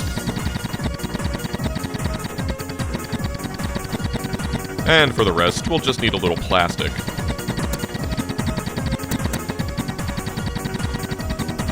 And a little sulfuric acid.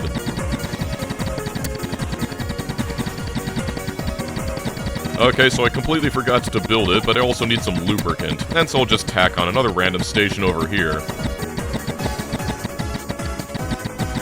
The last little thing is this sulfur train, but it's incredible how moments after setting up all the trains, everything's already completely filled with items.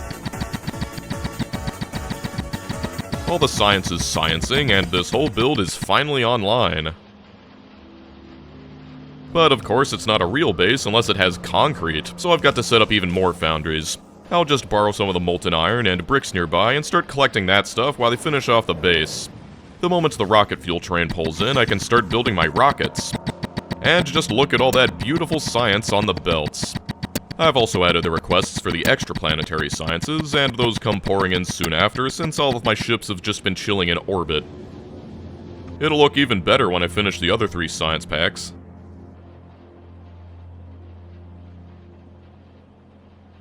Like I said, I'm planning for the new labs, but I've still got to research them first, so I set up a quick sushi science setup.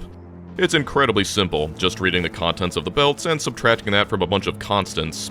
That sets the filters on the inserters, and if I set a constant of 200 science and the belt reads 201, then the signal will go negative and won't appear as a filter anymore. Ergo, the inserters won't add more until it's below that amount again. By the way, that blinking cargo pod alert is still there, so finally I'm heading out to go deal with it. That's what I get for not building a cargo landing pad on this planet. I'm still out of scrap, and I promised I'd deal with it, so here's another elevated rail. Those other patches only had like 300k in them, but this one island of scrap has like 66 million. The only problem is how cramped it is, and how once again they'll also need their own electric network, but it shouldn't need more accumulators than this. Scrap mines incredibly fast. Alright, that'll keep this trash heap going for the foreseeable future. I kept promising myself I'd make a more proper build here, but this is doing good enough, so it's looking like this is going to be the final design. I've got more important things to do anyway, like placing concrete everywhere. Now it's a real base. Next up is Gleba, but all my other ships feel quite a bit outdated, so I'm going to make a new one. Once again, it's very similar in concept to all my others, so I'm not going to explain much about the thrusters and the fuel production.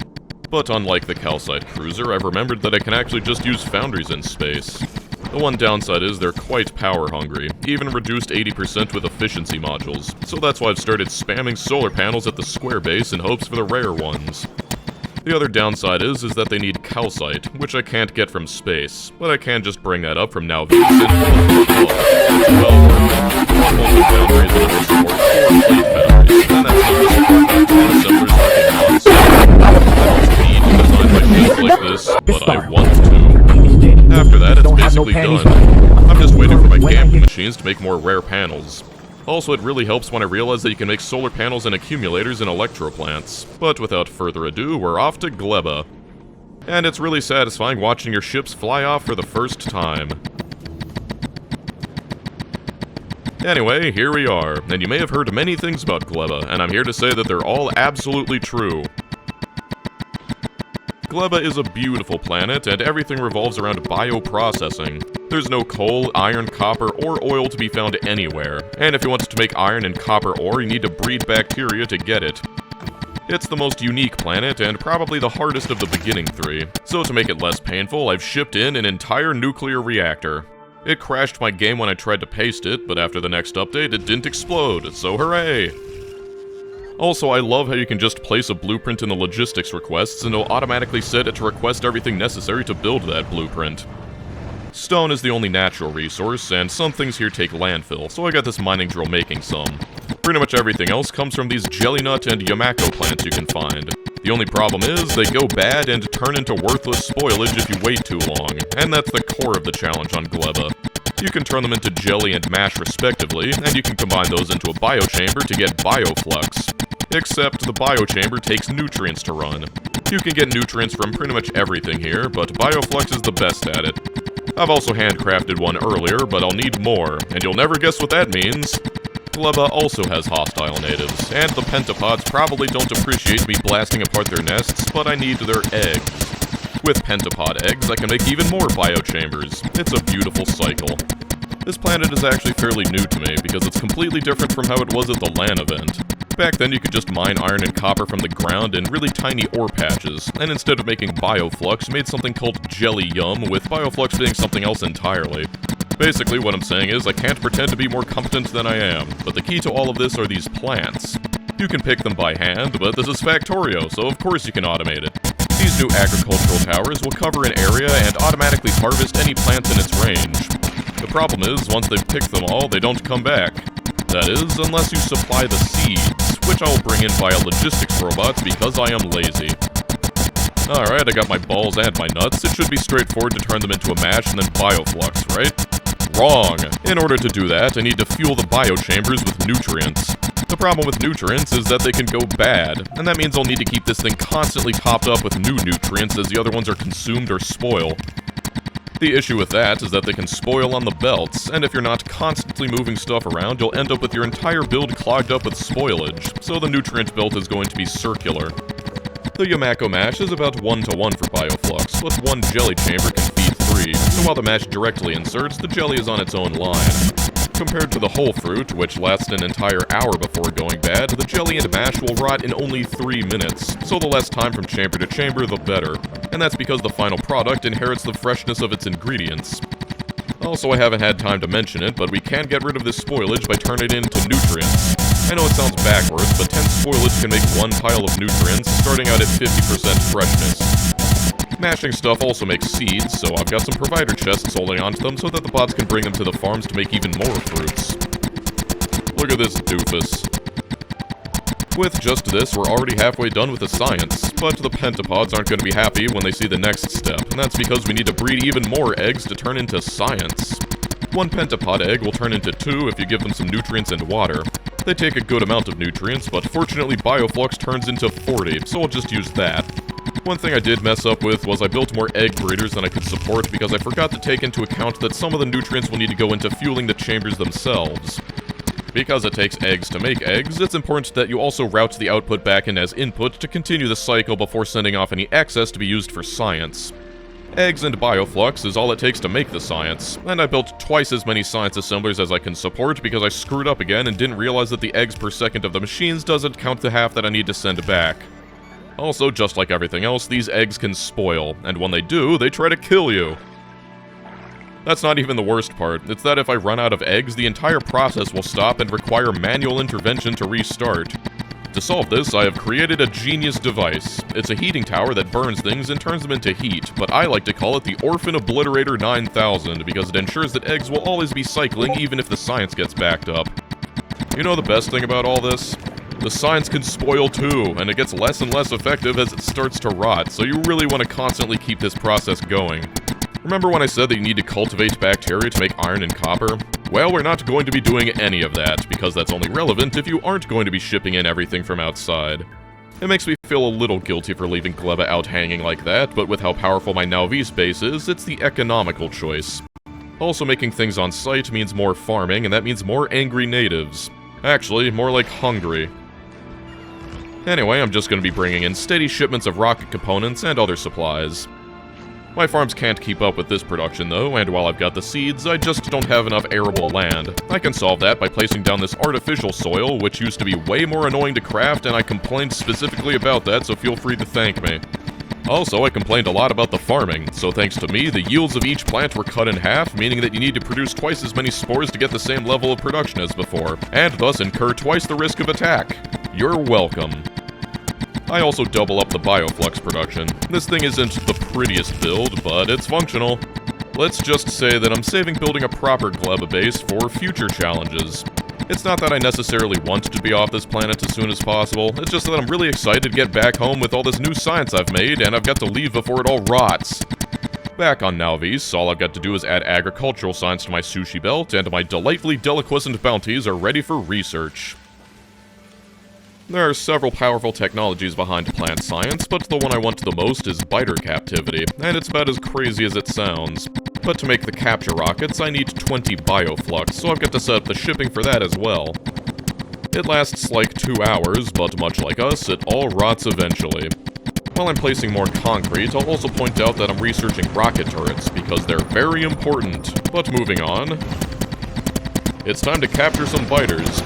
For some reason, they're not excited about becoming parts of horrors beyond their imagination, but my tank will change their minds. Now I've got capture rockets loaded into my rocket launcher, and all I gotta do is fire at the nests. Biters still spawn from them while they try to break the device, but after a while, you've got your own captive spawner. You might wonder why on Nowvis you would want this, but we need their eggs. I'm starting to think that we might be the bad guy. But no, what's strange is not wanting to be one with the factory. These things also take bioflux to feed and take damage over time if you don't feed them. After that, they'll revert back to normal spawners, so you gotta keep that bioflux coming. Using the power of children, I can create biolabs. These things are insane. Just like all the other space buildings, they have a 50% bonus, but instead of just 50% productivity, they go even further. They have the drain of each research pack, effectively doubling your science per minute right away. And that's not to mention that they're faster and can fit more modules. They are insane.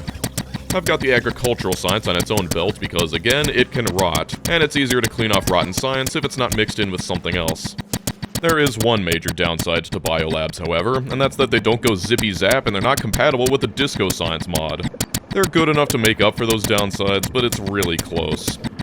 We're also getting close to the end game, but first I need to make an emergency visit to Gleba. I'm not farming enough Yamakos, and so I set up another agricultural tower. But then my jelly nuts get attacked by these horrible creatures. These are stompers, and they are an absolute menace. The lasers I had set up simply weren't enough to stop them, and they can walk right over walls. In response, I destroy all of their egg rafts. If I just take out all of the nests within my spore clouds, I can buy more time where I don't need to think about it, so that's what I've decided to do. Those Tesla towers you get from Fulgora would have been great here, but I completely forgot that they existed. Back to my Yamakos, you can turn off the towers with circuits, but I wish there was a way to only turn off harvesting, so you could make it to where they could still plant seeds, but only pick things up as I need them. I'm also here for another very important item. This is the last thing I really need Gleba for, but I've unlocked carbon fiber, and it takes carbon and mashed Yamakos to make. The only issue is that the only source of carbon on this planet is spoilage, so I've got this weird sushi belt that waits until the mash spoils so that I can turn that into carbon to make the fiber. I decide that that's not enough stuff rotting at once, so I add a little more. I don't recommend copying this design, but it's okay because carbon fiber is hardly used. However, what it's used for is very important. Rocket turrets. Rocket turrets, big deal, you might say. And yeah, it's not like I've got problems dealing with biters or pentapods, but the rockets aren't for the flesh bags. The road to the final planet is a rocky one, literally. If you try and fly to Aquilo unprepared, you will get your face smashed in by asteroids the size of assembling machines, and mere bullets are helpless against them. Once again, we're going to be building another space platform, so this one's a little different. Remember when I said that there was no calcite in space? Well, I lied, and that's because I couldn't get calcite yet. Once you get agricultural science, you unlock better fuel and oxidizer recipes. They take all the same stuff, except one chunk of calcite. Along with the better fuel, you also get advanced asteroid processing, which on top of what asteroids already give you, iron, carbon, ice, you get copper, sulfur, and calcite respectively. Because now it takes 2 ingredients, I've switched to making oxidizer and fuel on either side of the hub so I can still use one belt. Another major difference is that I can't just rely on solar. Well, I could, but it wouldn't be the best solution. Instead, I'm going to need nuclear power, and that's because the solar power is a measly 20% in the space around Aquilo. Just the 40 megawatts from one reactor should be good enough. And just like the calcite for the Gleba glider, I'll just grab the fuel cells from the hub. By the way, you can't grab from the cargo bay extenders, only the hub itself. You might be worried about the water consumption for the reactor, but there's way more oxide asteroids as you approach Aquilo. Although the calcite recipe is way slower for ice, so you will want some normal recipes as well. I've got to make molten iron again, and it's nice that I can just get calcite for free now, but it shouldn't shock you that if I want to use rocket turrets, I need to make rockets. Those take explosives, and while there's no oil in space, we can make explosives from sulfur and coal, both of which can be obtained from the new advanced carbonic asteroids recipes. You can just bring explosives or even rockets up from the ground just to skip all this, but I made an oath to make everything I can on site. I spent like an hour redoing this design before finally settling on this. I'm also making some Tier 3 speed modules and efficiency modules to help things along. Speed 3s take tungsten carbide, and Elf 3s take spoilage of all things. Thankfully, I've got plenty of rotten science to supply that for me. Now I just gotta make all the actual ammunition. The regular rockets are easier to make compared to the explosives and do single target damage, so we're using those. And while I do have access to copper now, I'm still going to use yellow ammo. Asteroids don't have base resistance, so there's no intrinsic advantage to red ammo compared to simply spamming more yellows. It does 60% more damage, but it also takes 60% more iron because of the steel and 5 copper plates. Not even lazy, I just legitimately don't think it's worth it. With all the guns set up, this is a very important feature they added. You can now select filters for what your turrets are allowed to attack. Because big asteroids are basically using bullets, we don't want the guns shooting at them. And since medium asteroids are weak, we don't want to waste rockets shooting at them either. But now it's time to fly to the final planet. Going to Aquilo requires flying past either Gleba or Fulgora first, and it's 3 times as far from Nauvis as any of the other planets. As we approach, the turbine starts spinning faster and faster as the solar power slowly drains away. And you can see the majority of the asteroids start to transition to ice, and before long, the big boys start showing up. They take 3 rockets to take down, and then they split up into a couple medium asteroids that the guns need to finish off. This is one of the most satisfying to watch yet.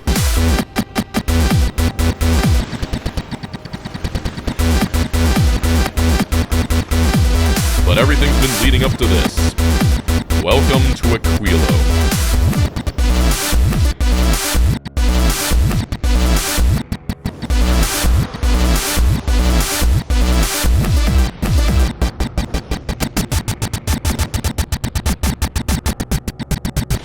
It's covered in ice, and we've landed on pretty much the only solid land on the entire planet.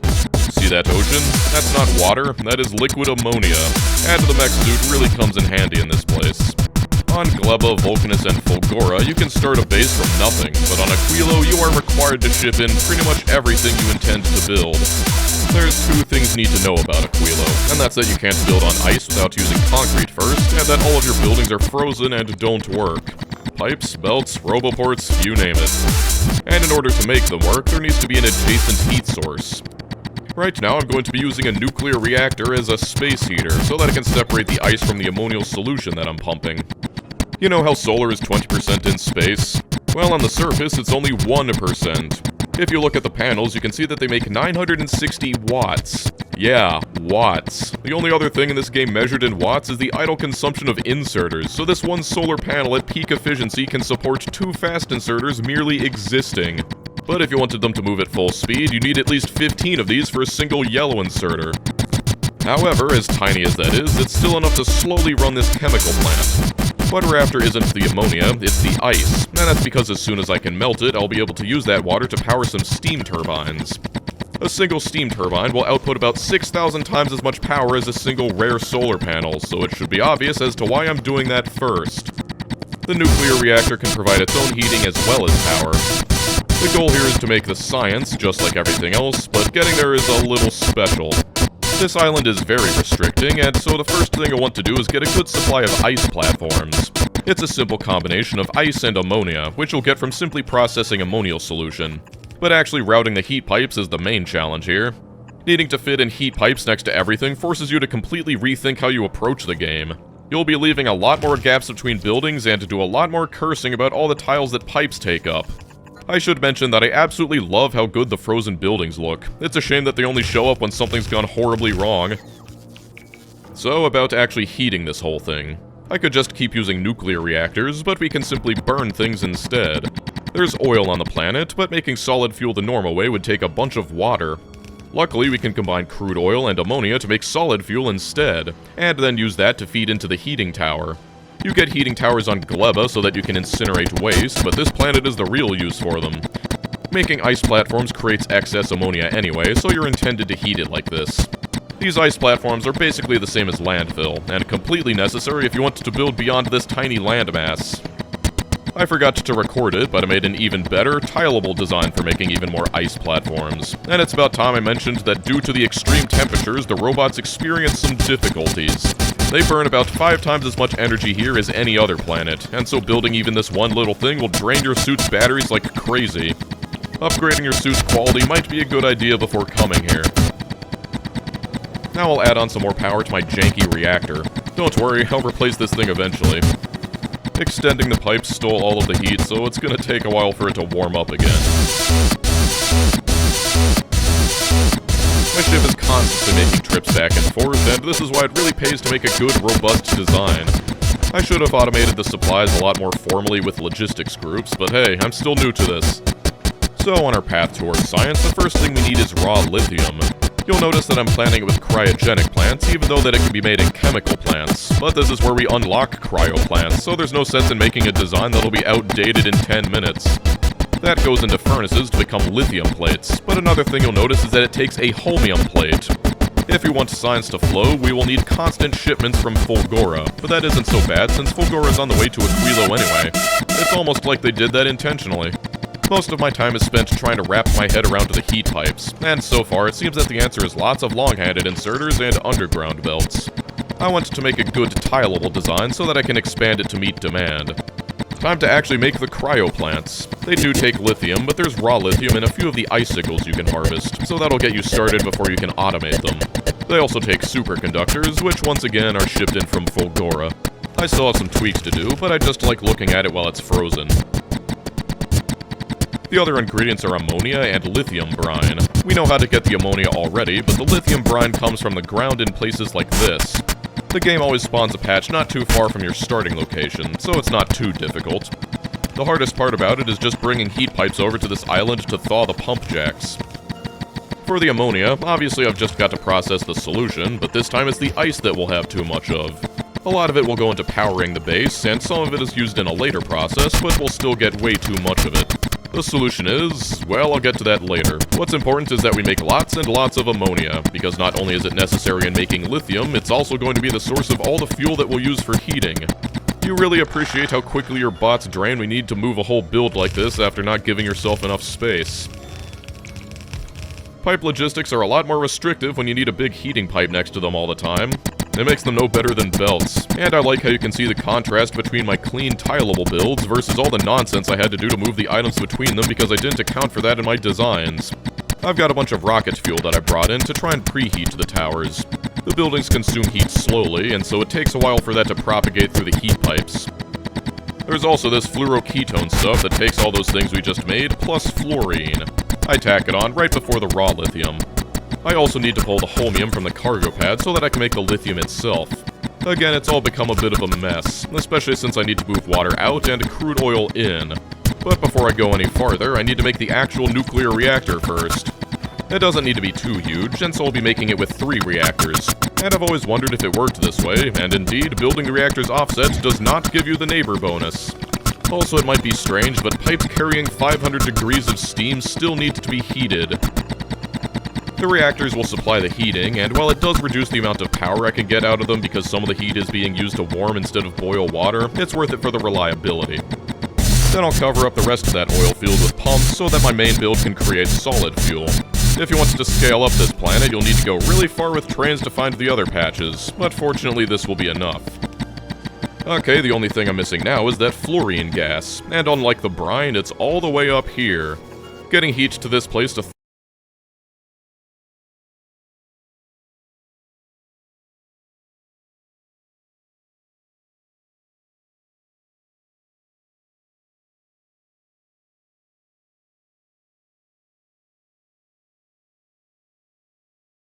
I hope she made lots of spaghetti. If you've watched my videos before, you know that I like to build things compact. Whether it's C-Block or Space Age, I'm always trying to fit as much stuff onto the screen as possible. Even my Satisfactory base ended up compact, but strangely enough, I've never attempted a hyper-compact base before. Sure, my space platforms could qualify, and when it comes to sheer space efficiency, it's hard to beat the builds in my mega base, but I'm talking about the kind of compactness you can only see in the Factorio promo art. That barely controlled chaos of the spaghetti base. Today, I'll be making a mess, and to facilitate that, I've gotten Code Green to make me a mod that destroys any buildings that are built in parallel, making neat, orderly rows utterly impossible. It started out for any buildings of the same type that were in a row, but when it became obvious that that would make diagonals the meta, we quickly changed it to allow only 2 in a row. It should horrify you already that I decided that diagonals would be too orderly for what I have in mind. Also, to encourage density, if you place anything that isn't next to another building, it explodes. And so I've got to build these webs of stone furnaces just to be able to start placing down some mining drills. Also, today I will be the color of cooked spaghetti. I'm using completely default settings, and as is the rule whenever I'm trying to play a normal run, I have spawned in the desert. Despite the circumstances, the start is pretty normal, as I'm just setting up some burner mining drills directly into some stone furnaces to get me some starting supplies. However, I need to try very carefully to avoid breaking the rules, because I get no warnings, and at this stage of the game, losing a mining drill is a little costly. This is also before the rules were relaxed, so it's extra fun trying to figure out where I can even place some of these without incurring the wrath of the spaghetti gods.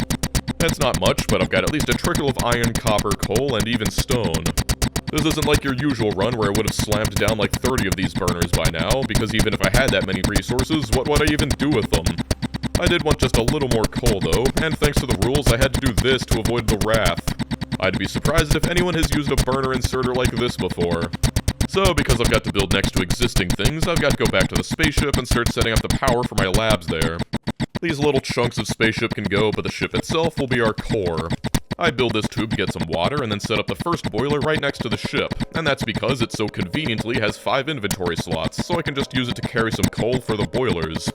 This is also when I realized that the mod was still a little overtuned, because even rotated boilers will incur the wrath of the gods. But eventually I got a small setup and can start doing my first handcrafted research to get automation. With that, I can set up some extremely rough science automation using chests and assemblers so that I can focus on other things. Those things being some basic supplies automation. This is where the run really begins. Pretty much everyone should set up one of these basic belt assemblers the moment they have spare iron, but for the game to be bearable, you usually need at least 4 things automated: belts, inserters, assemblers, and mining drills. That'll be my first goal, and because this is the spaghetti run, that's not going to be so simple as you'd think. This is when things were adjusted to allow me to place 2 machines in parallel, but that won't help much. In any other run, I'd just make a stack of 48 furnaces that outputs a full belt of iron and then use that for everything. But because I'm bound in my faith to the spaghetti gods, I've got to expand this thing in the most naturally unnatural ways possible. Right now, that means a lot of direct insertion from furnaces. The main thing I'm missing is circuits. Even a small circuit setup like this will make my life way easier, but there's a reason most people don't try to directly insert from furnaces like this. It's extremely inconvenient and kind of silly, but that's the name of the game right now. I imagine it's a little hard to visualize what's even happening here, but trust me, I'm a professional. It's all a game of getting the right things in and out, but this is only a primer for where this run is going. I'm not even going to try and bother explaining it all until I've got some raw ores into it, but basically I'm splitting the copper ore and iron ore lanes with coal all the way, since that'll let me run any furnace with just that belt. Then it's only a matter of directly inserting those finished plates. I've also got this inserter filling the ship with coal for the boilers on the other side. But as you can see with this beautiful demonstration, everything is working flawlessly. I've got these 2 inserters on the same underground, sharing the output of the second assembler with the iron input of the first. Ignore that I got one of the inserters backwards, I am under a lot of pressure here. With a few additions, these will make me assemblers and mining drills. Inserters are still important, but with the kind of complexity that this playstyle requires, handcrafting isn't as big of an issue as it would be otherwise, since in the time it takes me to puzzle this stuff out, I could have handcrafted hundreds. I'll save that for green science, but first I want to set up my red science build. It really is a puzzle, because the mod prevents me from putting all this stuff in a line, so I try something like this. I don't like how it looks, so then I try something like this instead. It proves infeasible, but then I settle on this incredible design. It's a lot of iteration to try and pack this stuff in while still obeying the divine commandments, but pretty soon I've got everything I need. I combine those onto one belt, and now I have a decision to make that will echo through the rest of this run. How many red science assemblers? I decide on 5, and if that sounds small, you might change your mind later. A single gear assembler will take care of all of these, and since I don't need the iron plates anymore, I can use the same belt that went in like this with a splitter. Now that's efficiency. I want to start enclosing the ship, so I build the assemblers around it like so, but it can take some finagling to get all the outputs working. I'd intended to put a boiler here, but apparently even though I can put inserters here, the ship has a weird collision box, so a boiler can't fit. It's probably the fluid input's fault. Whatever, it's been almost 2 hours and I'd like some actual research already, so green science it is. I can extend off of this existing iron belt for the supplies and set up all the furnaces necessary to make the plates for the belts and inserters, while also grabbing from those green circuits I made earlier. With this insane contraption to move iron down here, I can make the belts like this as well. If I do it like this, the items will end up outputting onto the same side of the belt, and that's no good. But if I drop them from above like so, I can mix them properly. 5 red science assemblers demand 6 green science assemblers, so getting these all to work is pretty non-negotiable. Let me tell you, finding a way to extract the science from this whole mess was insanity, but part of this run is in choosing a place to fit something and deciding that by God it's going to fit. I've got this thing going to that thing, this long-handed inserter yoinking them onto the true output belt, and then this little squiggle to top it all off. It's perfect. Before I deal with that fully, I want a little bit more power, and this works. I can tell you, I have never chained together boilers like this, but there is a time for everything. That'll give me enough power to handle all the mining and assembly necessary for this level of science, so now I've got to actually fit it into the labs. It's not as easy as it sounds. Quick shout out to this little furnace I made to stockpile steel early. It was the absolute MVP all the way to the end of the run. So, most people just put all their labs in parallel, but that's not really an option here, so I've got to get creative. This is going to be the research center of the whole rest of the run, and so I've got to get it right. The easiest way to do that is, you know it, you love it, it's the sushi belt. I'll just have these inserters read the whole belt, and only add more science when it's below a threshold. And with that, just this little thing can accommodate everything all the way to space science. Some people might say that this one tile of landfill is against the spirit of this run, and to those people, I say shut up. Ignore that those 2 inserters are missing power, I will take care of that as soon as I've researched medium power poles. And this is what I've got for red and green science.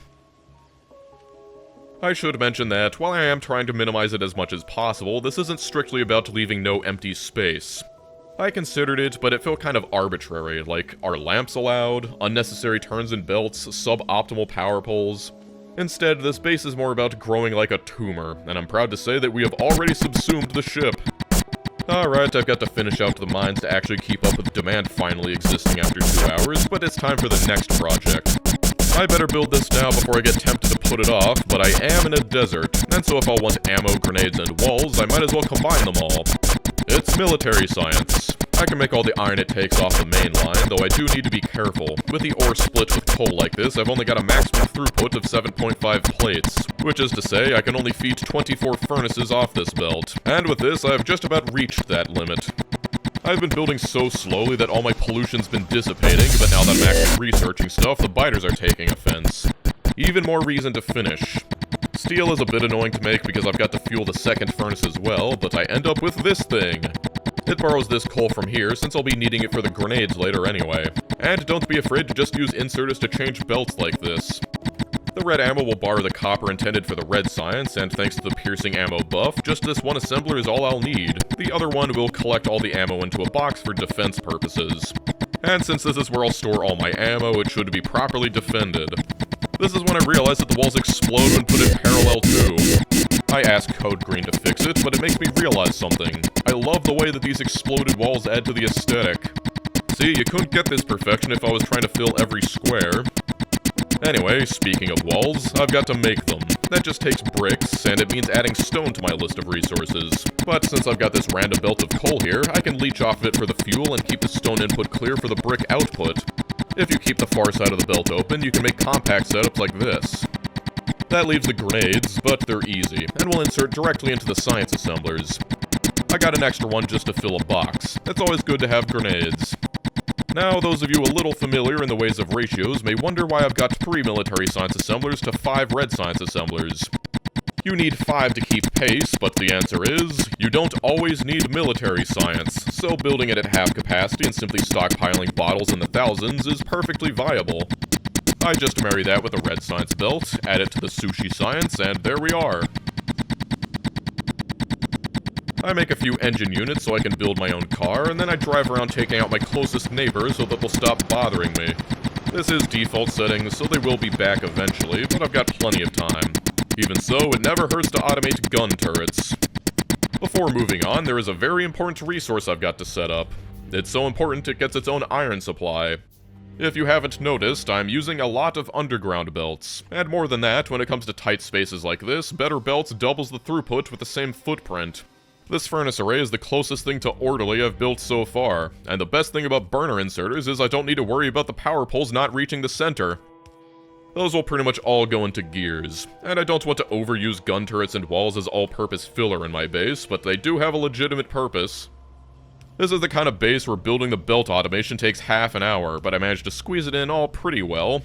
The yellow splitters feed off the belt output from the green science build because I couldn't get the other ones to fit, and I don't actually have access to the green circuits necessary to make them, so, you might think that hand-feeding it circuits is bad design, but you want to know the difference between a bad hand-fed supplies build and a good one? This alarm that'll go off if it runs out of circuits and yell at me until I refill it. Now that's thinking like an engineer. No, I am not putting off chemical science, I am still thinking ahead. I'll need more power, and since there's a nice supply of water here, I might as well spread it out this way. I'm thankful for the 2.0 fluid changes, because now I don't need to worry about the steam throughput as I thread all these engines together. The best thing about the defense installations is that I can actually move them, because I have decided that I'll feed the boilers with the coal from the belt furnaces. I finished up my power expansion and make some dirty automation for rails next to the stone line. I've got plans for these. This is what we can call Phase 1 of the build. It's the beginner stuff, the easy builds. Chemical science is a completely different beast, but as the end of Phase 1, I have decided to make a rather drastic addition. It's best made now since everything will end up going around it, but this path will cut through the whole base in the future. It doesn't look like much right now, but just you wait. Also, not to sound like I'm shying away from making things compact, but these walls and roads will serve a very important function of giving me some wiggle room between builds while still looking dense and fabulous. It's also got some of those tastefully broken walls I've discovered. Again, I am mostly operating on vibes, and I care more about spiritual compactness than empirical compactness. And look, I managed to drive through it, and I only crashed twice. We'll christen the other side of the wall with this little pipe build, since chemical science takes fluids. And look, only 3 sciences in, and it already looks like a menu simulation. The mass spreads. And to anyone who says that those defense installations are pointless, the biters would like to disagree. There we go. Can't have any corners uncovered right now because I've got to have a big think. There's another major decision coming, and maybe you've already guessed, but I want rails inside my base. It's a lot to think about, and a lot to plan around, but whenever you've got a big intimidating conundrum like that, the best thing you can do is focus on what you can do in the moment, and right now that's setting up a mining outpost. Unfortunately, the rails are a bit broken. The straights and diagonals are fine, but the curves are not, because their collision box isn't detecting anything nearby when I place them. I yell at code green, and a few minutes later, they're functional. With these mods, we test in the field. Since this base is not only compact, but also an affront to propriety, it might not shock you to learn that I'll be using bi-directional rails. They're not actually that bad, assuming you know what you're doing. If you don't, well, it's like deciding when to learn how to juggle and starting with the knives. I'm just going to loop the rails around the iron patch like this. This way, even though it's mainly bi-directional, it'll still leave space for multiple trains to be able to park behind one another. This is absolutely necessary for making a system like this work. The resource patch will also have this offset design that ensures that none of the miners will incur the wrath of the gods, but the best part of this whole thing is this is actually just a really efficient use of space. It's not the most efficient, but it's also really cheap to build. Kinda funny. So I was setting up my station, and when I went to place the buffer chests, I realized that they are also subject to the rules. I think it would have been fair to make them exempt like belts and inserters, but instead I can place iron, steel, and wooden chests like this, and I think that's way funnier. Well, there's my iron mine, and access to ore on rails. All that ore will be dropped off here, and is much needed since I'm already using the full output of that starting iron mine. I'll just source the copper from the starting patch for now, but I cannot overstate how intimidating it is to start another build like this. So I escape it a second time by going to set up a coal train. I'm going to be reliant on coal power for a while, and it's something that'll need to get done eventually, so it's not a bad idea to try and carve out a spot for it early on. I've just got another loop around a patch like before, but I don't need to cover the whole thing. It also swings by a copper patch, and I'll set that up later too. Alright, actually fitting this in and leaving room for the rail network to remain adaptable is a little silly, but I make this thing here. I'll unload it like normal and bring it up towards the base. I'm just feeding it the output of the coal mine with a priority to use the mine output first, since I want that patch to be exhausted. I'm gonna be building there eventually, after all. Most of this is temporary, but to the task at hand. The main thing I've got to make are red circuits and engine units. Red circuits are the most daunting since they take plastic from petroleum processing, and I'm still unsure of how exactly I'm gonna figure that out, but it's best to start with the hardest stuff. For all the red circuits necessary to make chemical science, I only need a measly 2 circuit assemblers. I'm directly inserting iron like before, but this time I'll build in the copper cables. To make copper cables, that of course takes copper.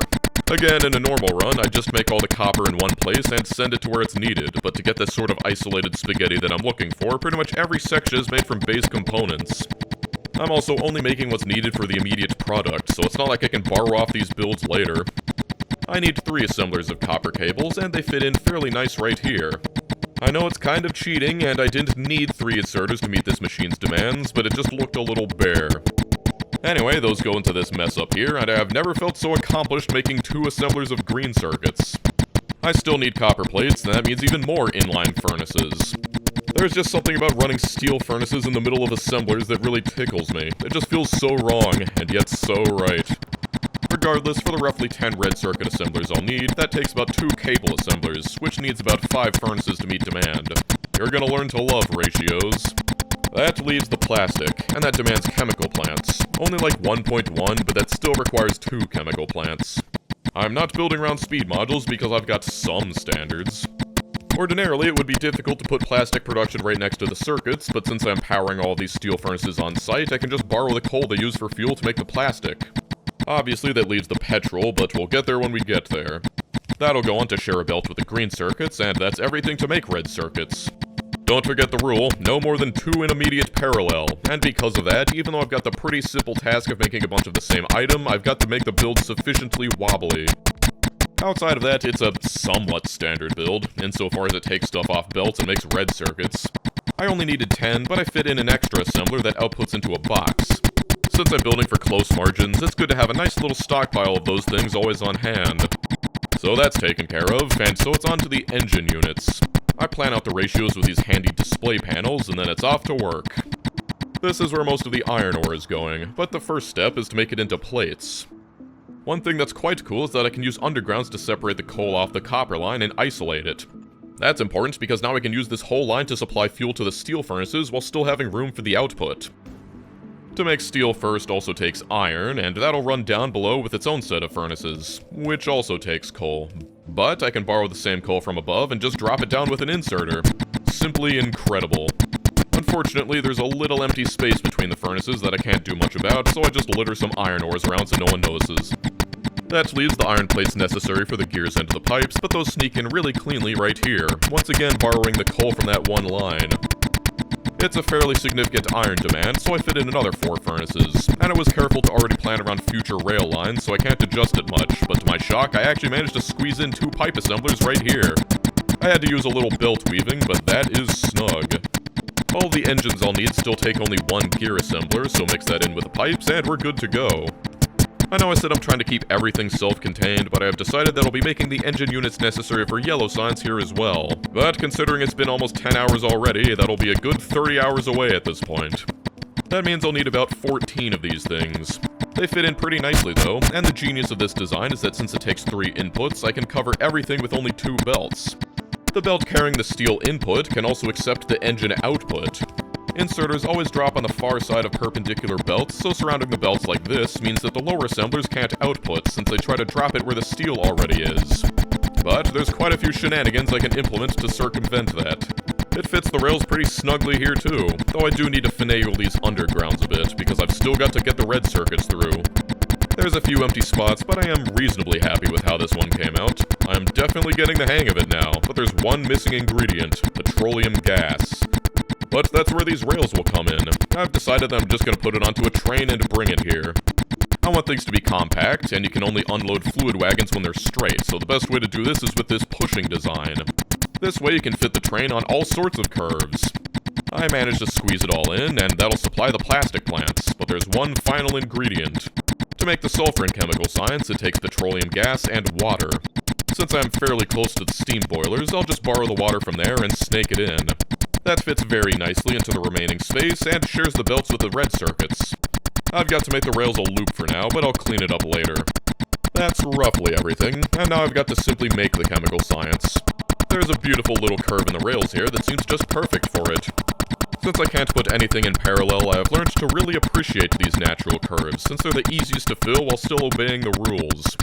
Just like the engines, I'm using the engine belt to carry the science output as well. Coming from above, I've got to drop it onto the belt from topside, but the lower inserters are much easier. I need a total of 12 of these, and that is non-negotiable, resulting in this incredible mess I had to make to fit in the last one next to the rails. It takes the output of these two via undergrounds and uses an inserter to put them back onto the main belt in the correct orientation. Sadly, you're just going to need to trust me that this works, because I'm, missing a pretty important ingredient. I've got to get oil processing, but first, I have pretty much run out of iron in my starting pad, so I've got to set up another train to supply the first base. It's fueled by the coal train, and the smart thing about these trains is, since they dead end at the drop-off stations but circle around the mines, the train actually swaps which locomotive is in the front each time. That means I only need to build in the fueling for one locomotive at the stops, because it'll keep swapping every time it shows up and end up fueling both. I go ahead and sneak in that long belt that takes the chemical science all the way to the labs, because I'm planning on building the oil processing up here. I don't need a lot, about 4 refineries running the direct petroleum recipe, and they squeeze in here pretty nicely. Since I've got to not only bring in crude oil, but also send out petroleum, that's 2 trains that need to fit in this cramped space, but I make it work. I'll fuel this train with solid fuel made from petroleum, since it's on site, and this station for the gas is the most compact thing I've ever made. It just barely fits. There's a reasonably sized oil field to the northeast, and I won't bother you with the details too much, but I do the same sort of loop I've been doing for all the other mining outposts, slap down a few pump jacks and heavy tile, pipe them all together, and then annihilate the biters nearby. All in a day's work, but there's crude oil on trains. I bring the train in, and while it's filling up, I set up some rudimentary defenses. It won't stand up to continued attacks, but we're not making megabase pollution here. It'll be enough to keep it safe. There we are, a couple refineries slowly making petroleum gas. Since fluid wagons hold 50,000 units now, it'll take a while to fill up totally, but I want to see this thing working, so I sent it out a bit early. Since it doesn't have a locomotive in the back, it needs a temporary loop here as well, but again, I'll fix that later. You see, this place where it stops is actually part of the main line, meaning other trains are going to want to use it, so I can't just park this thing here for eternity. I've got a circuit condition set up to disable the stop unless the tanks are empty. That way, it'll show up, quickly top them off, and then park back at the oil processing area, thus clearing the line. Regardless, that's our first trickle of chemical science. It'll take a while for it to spool up completely, but that's a major step forward for this base. Also, I cannot believe I forgot to enable the Disco Labs mod this whole time. Anyway, one of the biggest things I'm excited for are electric furnaces, and that's because they'll let me make plates without the need for fuel. I don't want to overdo it though, they are power hungry. There's another reason I want them though, but in the meantime I've got to set up concrete. There's some space below the chemical science assemblers that's perfect for it. The only ingredients concrete actually takes is iron ore, stone, and water, but it's actually pretty complicated. I want this stuff because reasons, but also because I want to decorate my base. The concrete itself takes iron ore and stone bricks, which I directly insert via furnace, but the refined stuff takes steel and iron rods, so I've got to make some of that here as well. Hooking the water up is the hardest part, but with these furnaces making steel and rods, that'll give me more than enough to eventually cover this place in concrete. I'm also going to take the time to set up a stone mine, because my starting one will eventually run out, and it's best to figure this stuff out early. I cover the patch with my usual offset design, and then it's onto the train, but I take the time to set up defenses as well. I am really enjoying painting these walls everywhere. It's got this odd natural feel to it when you just go all out like this. But with all that stuff plugged in, I've got concrete. Okay, I've been a little cagey, but the real reason I needed refined concrete was to make elevated rails. That takes purple science, you might say, but not that much. And since I had enough time to finish all the research it takes to actually make purple science while I was setting all this up, I can simply hand feed a bunch of assemblers to make it. It takes some time, but we're 12 hours in already, and there is no way I'm waiting until I get purple science up legitimately for this. There they are, elevated rails. I spent a whole 30 minutes trying to fit in the automation of them below the concrete, and it took tons of messing around, but I have somehow managed to squeeze it all in here. And thanks to that, I can finally finish out my design. You see, I've wanted to go around this starting lake to make a full loop around the base since the beginning, but now my dreams are finally reality. There is just something about elevated rails that make me unreasonably happy, and I'm also able to delete these temporary loops for the petrol train. It needs to make a whole round trip to flip around to the right direction, but this is perfection. I am really falling in love with this base. Yeah, so as hard as I avoided chemical science, I'm avoiding production science about 10 times as hard, and that's why I'm over here tacking on some more iron furnaces off the chemical science build. The funny thing is, usually the hallmark of spaghetti is being able to leech off of old builds until you've got a horrible spiderweb of overextended demand, but despite calling it the spaghetti base, this is so dense it is basically impossible to leech anything off of anything. That being said, I have managed to sneak on some copper plates through the red circuit build, while also making steel and some electric furnaces. The purpose of this whole thing is to automate some solar panels as well as accumulators. I've got to make some jank circuits on side to feed them, but to make the accumulators I need batteries. That means yoinking some of the nearby petroleum gas to make more sulfur, then combining that with some iron to make the acid, and then mixing that with copper and iron to make the batteries for the accumulators. While I'm here, I'm making yet another jank circuit build to make some laser turrets. I usually don't bother with these unless I'm planning to go late game, but I'm in it for the long haul, and turrets that I don't need to reload seem nice. And since I've got some leftover coal from the furnaces, there's no reason I shouldn't squeeze in a couple more steam engines. This is already barely enough heading into purple science, but it'll work for now. Once again, I'm on the display panels, marking down just how many buildings I'll need to match my planned science per minute, as well as the raw resource requirements. Now, how hard can one man run away from his problems? Well, I go over here and set up another iron mine, but that's okay because we'll definitely need it heading into purple science. It's a nice and big patch with enough richness to supply my base for the foreseeable future. Okay, that at least had an excuse, but then I'm going over here filling up this space with solar panels and accumulators. Well, it was an empty area, and it does make power, so not that useless. Also, they're subject to the spaghetti god's wrath as well, so it ends up looking like this. All of that is nothing, though. I'm avoiding purple science so hard that I'm over here putting all that sulfuric acid I just made onto trains, also that I can send it to some uranium mine. It's going to be ages until I can use this stuff. I don't even have any plans to actually refine it. Like, I'm gonna be glad that it's already set up like 15 hours from now, but this is getting ridiculous. A full 5 hours after finishing chemical science, I have finally run out of excuses. I've decided to start the construction to the north. It all starts with raw resources, so I've got to fit in another train for iron ore, but because I'm silly, I made it all squiggly. Believe it or not, it is perfectly valid to unload cargo wagons like this, though I do need to play around a ton so that the inserters evenly spread out the output along both sides of the lane. You don't want trains where the front wagon empties in 2 seconds while the rear one gets backed up. It's also important to balance them because I need more than 30 ores per second to make all the purple science I desire. I am thinking ahead because these will not only supply solid fuel to the train, but also the whole build ahead. It's using light oil I haven't even built yet, but in this kind of base, you've got to plan ahead. The reason I've been terrified of purple science is because it's completely unlike anything before. For purple science, in terms of pure industry required, you can think of it as over 3 times as big as chemical science. Compared to the, 40 furnaces I needed for that, I'm going to need 66 furnaces. For the iron alone, and another 55 for the steel, and a measly 21 for the copper. This is why, even though I've got access to electric furnaces, I'm still using steel furnaces. They're just as fast as electric furnaces, don't strain my power grid as much, and are more than half the size. In terms of sheer space efficiency, they can't be beat, and when I'm trying to squeeze this stuff into a tight footprint, that is quite the advantage. I mean, who cares about pollution anyway?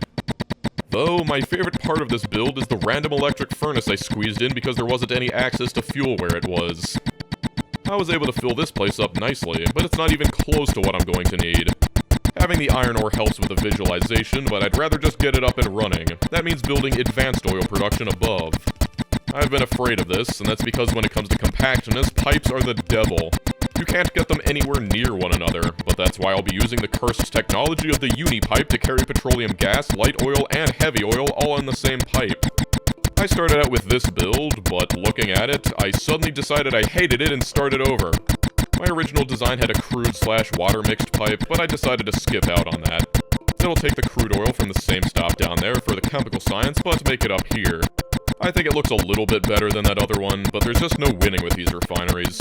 This isn't all I'll need. I've resolved to build the rest elsewhere, but we'll get there when we get there. That being said, I'm gonna put all the oil cracking here. It is a massive challenge to make all this stuff functional while still looking chaotic and dense, because, like I said, different pipes can't touch. I get the heavy oil cracking setup to my satisfaction, but I'm suddenly struck with inspiration. I want my train stations to ding whenever a train stops at the station. To do that, I can set up the station to output the ID of the stopped train. The value doesn't matter, all I need is a signal to tell me that something stopped. I'll feed that into a one-tick filter and then put that into a speaker set to activate when T appears. Realistically, I only did this to fill some empty space, but it's worth it. I should need about 6 chemical plants doing the light oil cracking, and this mess of pipes is really coming together. I can at least use power poles like this to try and hide some of the vertical space between pipes. There's definitely ways that I could have made an oil refining build with no empty spaces, but it becomes much harder when I've also got to fit around all the curves and avoid parallels. Anyway, that'll cover it, so now all I've got to do is put all the oil products into tanks. To use this weird uni pipe, I've got to attach a bunch of pumps to it and filter each of them to their respective fluid to isolate them into the tanks. But there it is! I think it's alright, given the circumstances. Most importantly, with the light oil pipe carrying light oil, those chemical plants can finally start spitting out solid fuel. You might be surprised to learn that only 2 of those is more than enough to supply all the fuel for this whole build, but it's true, and then some. Now take a step back and consider that I've done about 10% of what I need to make purple science. I've added a split to the above ground rails, and that's because I'm putting copper here. I don't have copper on trains yet, but I've had my eye on this patch for a while, and it goes up in no time. I just love the way that the bidirectional rails just spiderweb out like this, but while it might look chaotic, I am doing all of this with the confidence that I'm making it just smart enough to work. I'll fuel this whole build with another chemical plant. I don't need to be as particular about my unloading here since it takes less than a red belt of input, but it's similar to the first. Also, there is just something special about it coming down from elevated rails like this. This is pretty standard though, as standard as the builds in this run can be, and I'm able to fit all the furnaces I'll need in the space between the rails. I am really happy with how the elevated portion goes right over it. My only complaint about elevated rails is that when they go over a building, the recipe icon of the building underneath is drawn over the rails, so it looks a little weird. Regardless, this will take care of all of the copper demand. Once again, I've got some pretty major decisions to make, but I start with the easiest right now, and that's the circuits. I have still got iron I need to make, but this time I'll be using electric furnaces. With those, I can separate the iron ore to one side, and then use the same belt as the output and the input. There's also the tiny iron demand of iron rods. I can do the exact same thing on the other side, and make the 4 or so furnaces that those take. They may be twice as big, but you can't do this with fueled furnaces. I'll only need 2 assemblers making rods, and I'm not sure I have ever actually belted iron rods in my life like this, but these will eventually go into rails. All of the copper I just made will end up in cables, and since it's a little far from where I got the iron, I can use the intervening space to start staging all of the assemblers. It fills this space beneath the elevated rails perfectly, and it's also got the perfect amount of room to fit every bit of cable production I'll need. I've got to be careful to leave some room for the fluids to route through though, but then it's time for green circuits again. We'll need a total of 4 assemblers this time, and those squeeze around in this wonderful little arrangement. My favorite part is that it uses the iron belt as output, but then uses the undergrounds at the end to isolate the product and then escape over here. Now I can combine that with the leftover cables, and I've got 2/3 of red circuits. Purple Science is really hungry for advanced circuits, and so I'll need about 18 of these assemblers. It's a bit of an awkward shape to fill, but it's not unlike the other build I've already made. But I get everything set up, make sure it works, and look at it, and it could have been so much more compact. In this kind of run, you have really got to have the courage to rip up everything you just made and start over, and I'm glad I did, because this is way better. That leaves the plastic, and it's a little bit awkward, but I've run the petrol pipe right through the whole thing, and I'll make the plastic right below here. I end up stealing the coal from the military science build, and this thing's up and running. I am being completely serious right now. These are some of the most satisfying builds I have ever made. I am slowly being converted to spaghetti supremacy. We're not done yet, though. There's still the matter of the steel to be taken care of. That's gonna take a whopping 55 furnaces to meet the demand. Purple Science is insanely steel hungry. Despite all of the furnaces to the left and the extra ones to the right of that, I've still got to make even more over here. Oh yeah, if you're making iron like this, make sure you filter your inserters to only pick up iron ore, because otherwise you'll sometimes end up making steel on accident. A fully saturated belt of iron plates can only feed 48 steel furnaces, and when I need 55, that's a little awkward. That extra couple furnaces I made will refill the belt halfway through though, and so I've decided that it's going to be one big loop. But doing all of this with electric furnaces would be a ton of space, so I want to use the smaller ones. That unfortunately requires fuel though, and how do I fit that in? Well, the input belt needs to be fully saturated, but that turns 5 plates into 1 steel bar, so the output belt should have more than enough space. Except I might be dropping the finished steel in from the top or the bottom, so I don't want one half of the belt to be permanently locked up with fuel. Well, I've got an amazing solution. You actually need very little fuel for all this stuff, and so if I just make this a big loop as well, I can steal some fuel from the iron furnaces to the left, and then drop like 30 or 40 cubes onto the central loop and leave the rest clear for steel. The end result is this incredible array that snakes around to the whole build so far. The circular belt is balanced here, and the steel is taken off with bulk inserters over here. I've also got the circuit output running all the way through. I have never seen anything quite so incredible as this. The only things I'm missing now are some bricks and stone, but since this is the only use I've got left for it, I can take the same stone lane from the military science build and put it up here. Just this will be enough to meet demand, and then I can finally use those iron rods to start making the rails. I feel like most people do not appreciate the sheer steel demand of rails. Just these 3 assemblers are going to devour more than half of that whole steel build above. Since the electric furnaces also take steel, I build them right next door, and then use the brick portion of that same belt carrying the stone. I only need 2 of these, and they'll also take advanced circuits, so while those are on the way, I can make the productivity modules. 5 of these will cover everything, and I can curve them nicely around the rails. Then as soon as I'm done with that, the reds will combine with the steel belt, and that's everything up in no time. I'm not quite done yet, though. I've still got to put them all together to make the purple science. To meet demand, I'll need 7 of these, and it might sound easy to just put all that stuff together, but I got stuck trying to think up how to make this one assembler fit for like 20 minutes. I was so dead set on it being flush against the bricks, and it just wasn't cooperating. But somehow I managed to finally find an orientation that works. You have no idea how much of a brain teaser playing like this can be. I'm convinced that this is the true way to play the game. Who cares about mega bases? This is the true test of skill. Stamping blueprints is one thing, but this requires all of your mechanical knowledge. I think more people should play like this. I went ahead and routed a belt for the purple science all the way into the labs before I even set any of this stuff down, and that belt will also carry yellow science in the future. There it is though, and this looks absolutely insane, but in a good way. Since this production is all isolated just to make the purple science, this might actually be a pretty good way to demonstrate the sheer difference in scale required just to keep up with 5 red science assemblers. All of this only took 24 hours. There's the end of another major era, and as is custom, now I've got to run away from yellow science instead. Though this is important. The biters are at the level where I can't just strafe them with a car anymore, and so I require some more powerful ordnance. Conveniently, the place-making solar panels already has everything I need. I can make some more sulfur, plus some of the nearby coal to make plastic and explosives. With the steel nearby, that's enough to automate explosive cannon shells. Also, I never use these, but I've got the stuff on hand, so might as well make some landmines.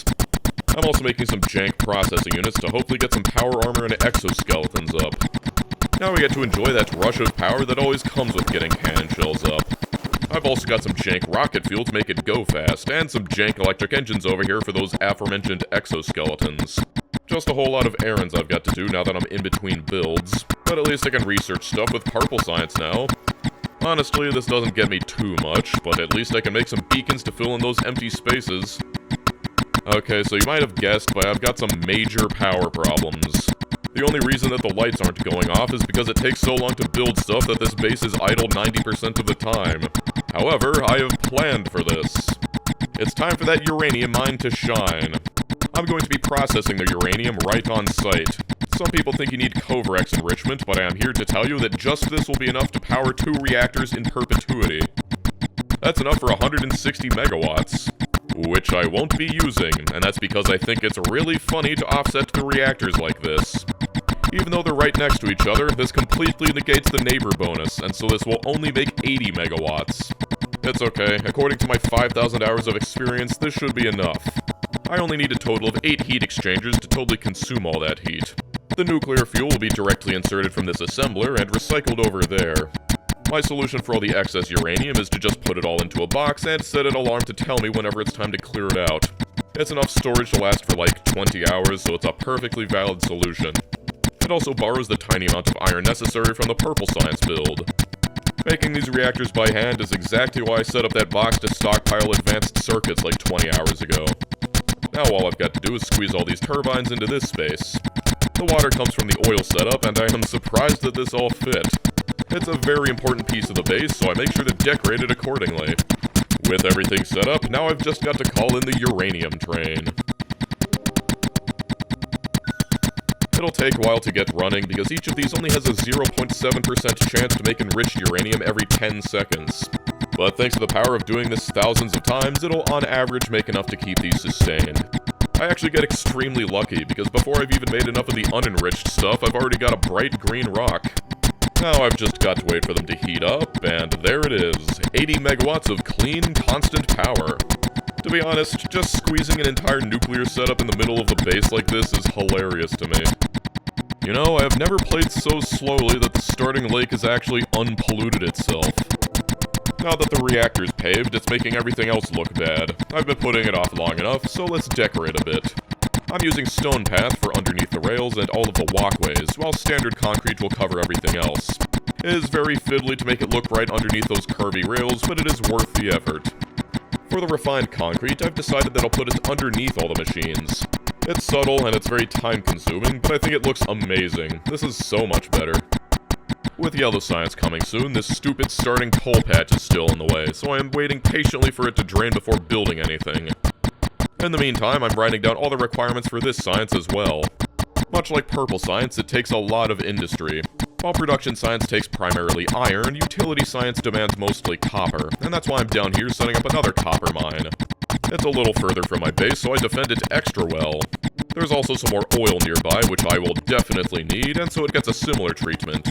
The advantage to making chaos your credo is that you can get away with stuff like this. Legitimately, I set these up much faster when I'm no longer worried about straight lines and right angles. You see, this might seem like a gap in my defenses, but with these landmines, it is actually a clever ruse. The biters won't see it coming. Let's just take some time to appreciate the humble job of the mining outpost. That starting copper patch has really gotten me far, but this time I'm finally setting up a copper stop so that the kernel of my base will keep functioning even when it runs out. And now that I've finally got all these starting belts in their final states, I can refactor the whole area and clean it up. There's some extra space here, so I just put in some automation of medium holes. Now I've got this nice path running all the way through here, and over here I've got this new path as well. The main purpose of this path was to give me something to build all of these pipes around, because I've got a lot of fluid to move. Since I've got some petroleum and some water I can steal from the nuclear plant, it is the perfect place to make some sulfur.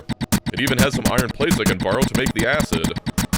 Naturally, this will be for the batteries and the processing units, but don't hold your breath. This is all part of the master plan, because I have already decided that I want the rocket to be right in the middle here, and that requires a lot of planning. As usual, the yellow science starts with raw resources. To keep the tracks from getting too congested, I've decided to use an elevated portion that just skips right over the solar panels. It'll come down over here, and I can unload it normally. Just like the steel and the purple science, we're going to need more than a red belt of throughput, so I've got to balance it. My plan is to fill this whole place with electric furnaces, and thanks to the same tech I've demonstrated for purple science, I can make them very compact. More than that, I can actually make 2 rows. The downside of this design is that it can only smelt half a belt of ore at a time, but if I take 1 belt of ore, split it in half, then smelt it, I can put them back together at the end to get a full belt of copper plates. It's important that I don't exceed 24 furnaces per lane, though. I am a little bit leery about making builds that are as uniform as this, since compared to the red, green, and blue builds, it's a lot less chaotic. But I don't think it looks too bad, and especially not when I've done such an amazing job of fitting it all in. That is 48 out of the roughly 70 furnaces I'll require. It's enough to make the cables again, at least. I'm trying to avoid thinking about how this is my 3rd time doing this, but I've got to make green circuits and red circuits again. Unfortunately, this copper patch is where I'm definitely going to be building someday, and it's too much of a pain to hook up again, so I'm just going to try and empty it all into these chests while I'm working on the green circuits. Because the copper furnaces ended up so orderly, I really want to go crazy with this one. I've got to make even more circuits than for purple science, and that takes several cable assemblers. I've just got them snaking all over the place, so that's about 55 cables per second, and should be more than enough. You know what I've been missing? Some good old direct insertion. It's been a while, and since these still take iron, I've decided that I'm gonna build them just like old times. I unlocked Tier 3 assemblers with purple science, and while I am mostly going to be avoiding them since they mean using less assemblers, a few exceptions simply add to the chaos.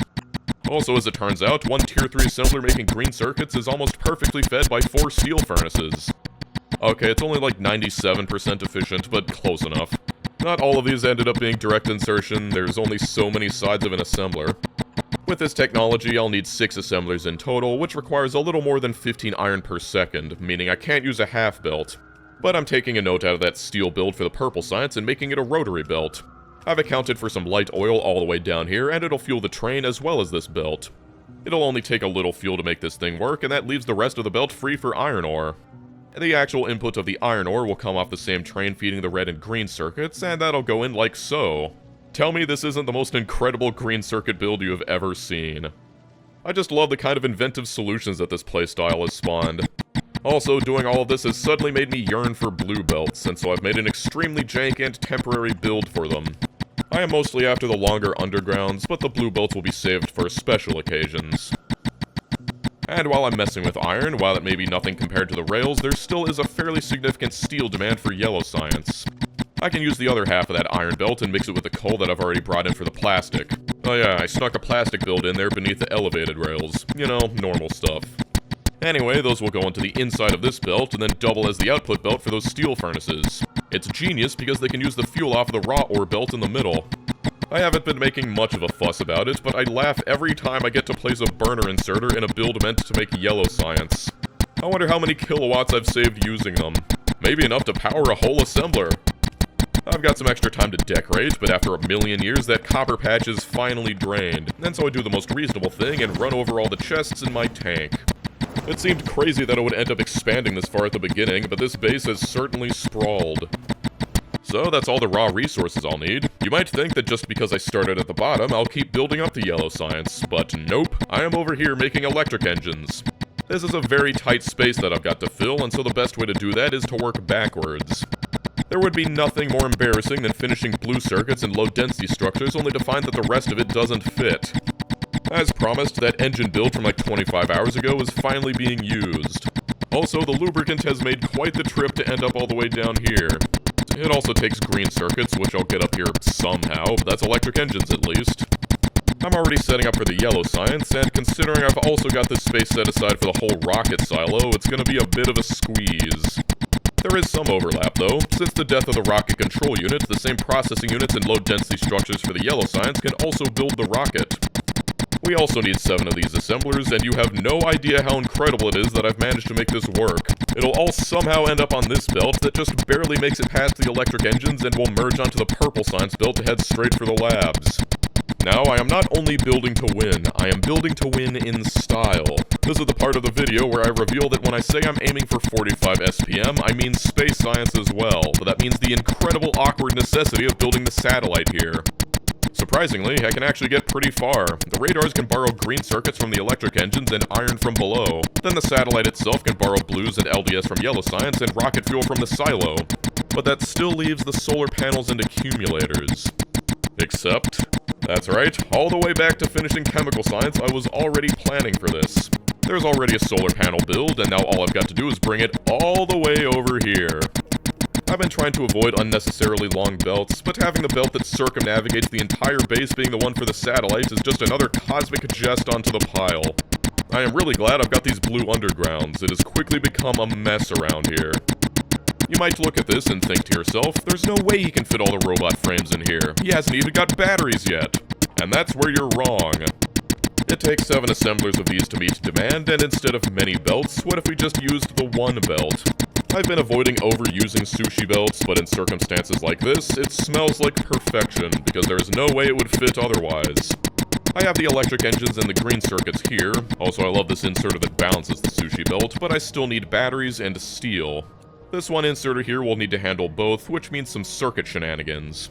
Managing to fit in these chemical plants to make batteries in here and then split it with steel is insane.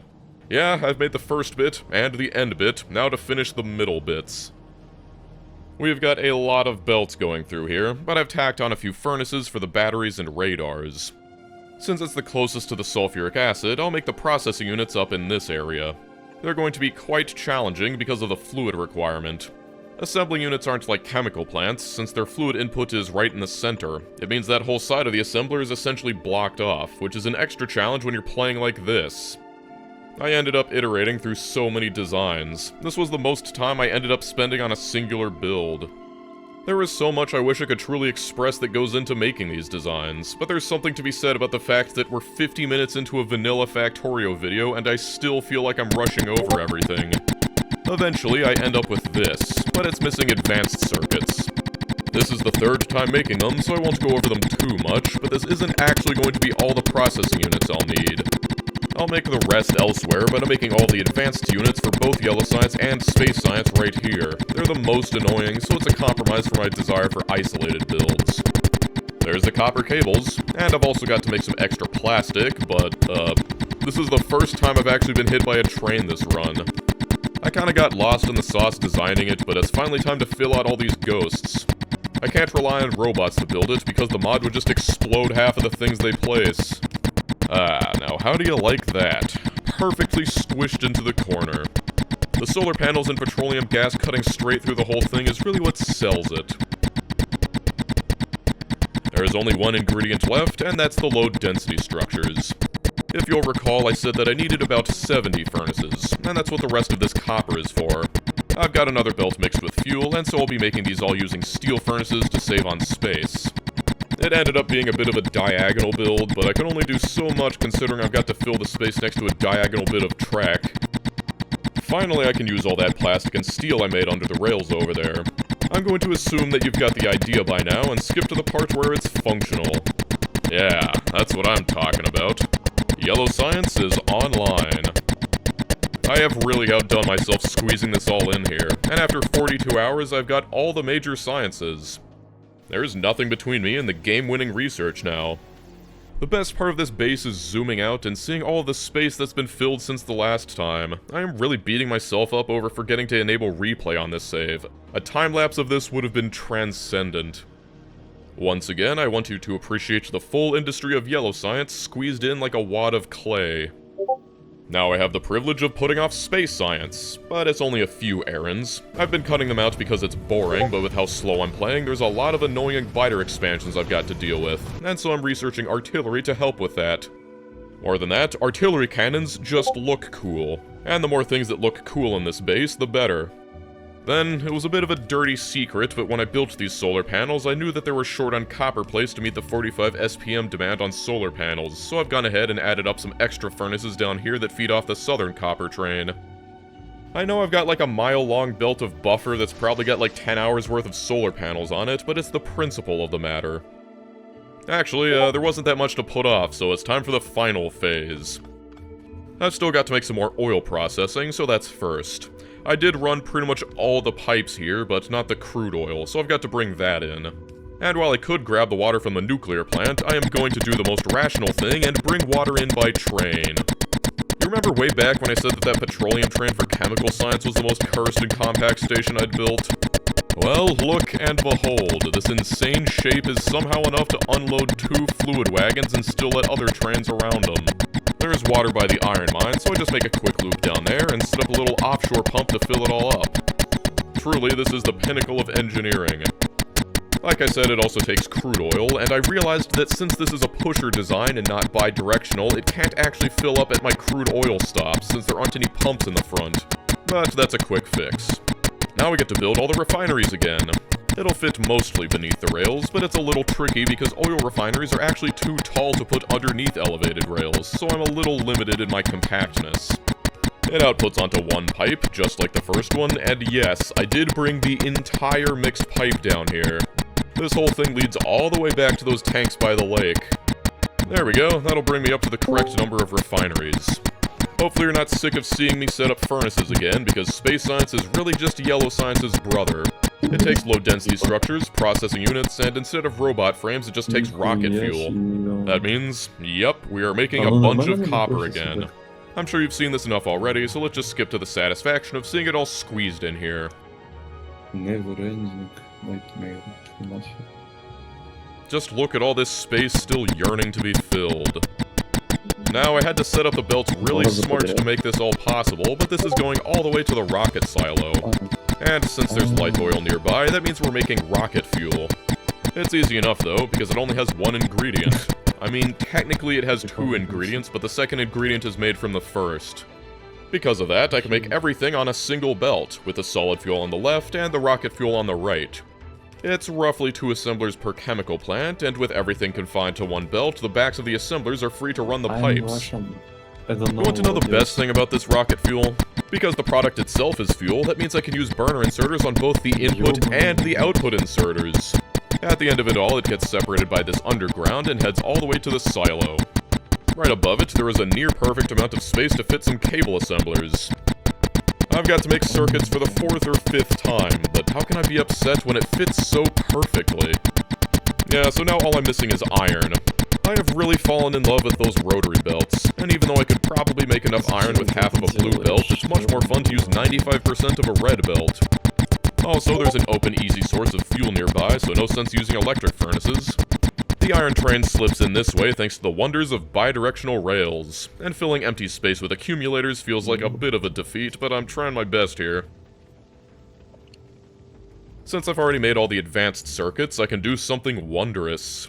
You know how much I love direct insertions? Well, green circuits and blue circuits have a 1-to-1 ratio, meaning one assembler working 100% of the time is just enough to make the other assembler work 100% of the time.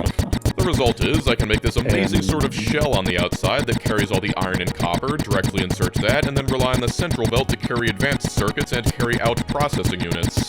After its journey around to the blue circuits, that belt of iron plates will gracefully slide into a small little steel build. This is for the low-density structures, and that's basically it. With how effectively I've managed to route the sulfuric acid as well, this is definitely my favorite circuit build, and it's got some stiff competition. I love this almost plant-like plume it's created, like the exterior is absorbing nutrients from the sun, while the interior is absorbing them from the soil. If I just wanted to win, I could have done it as soon as I finished that rocket fuel, but like I said, this is what it takes to make yellow science and space science. Even for 45 science per minute, it's a lot more than people think. The final ingredient is the second LDS build, and I am so happy with how well this has all gone. It slots into the last bit of unused space, and then the only snag is getting the plastic in. I just run a long belt and pipe from the other plastic builds for yellow science, but that is everything. The processing units into LDS here mix onto the same belt, and that eventually merges with the outputs for yellow science. That's not totally everything, though. With most everything else in its place, I'd like to go around and do a final pass of decorations. I refactor some of the rails to make them run more tightly against the base, I fill this whole area with solar panels, and then I work on some more of the concrete decoration. Also, all over the place I am building defenses like artillery and flamethrowers. I have been cruising for a while, but turning this thing on will definitely cause the biters to start attacking me, and so all of these are more than just decoration. But with that, I build the silo in its rightful place. And never forget to install your 4 Tier 3 productivity modules. The rocket still needs to build first, and while that's happening, I figured I could upgrade my science per minute. You see, a Tier 3 assembler crafts at 1.25 speed as opposed to the 0.75 of the Tier 2 assembler. My base is built around that 0.75 speed for all the ratios, but if you fill all 4 slots of a Tier 3 assembler with Tier 2 productivity modules, that perfectly slows it back down to 75, while also giving a plus 24% productivity boost. Also, I just like all the science assemblers being Tier 3s. Altogether, that'll bring my previous 45 SPM all the way up to 60 SPM for free.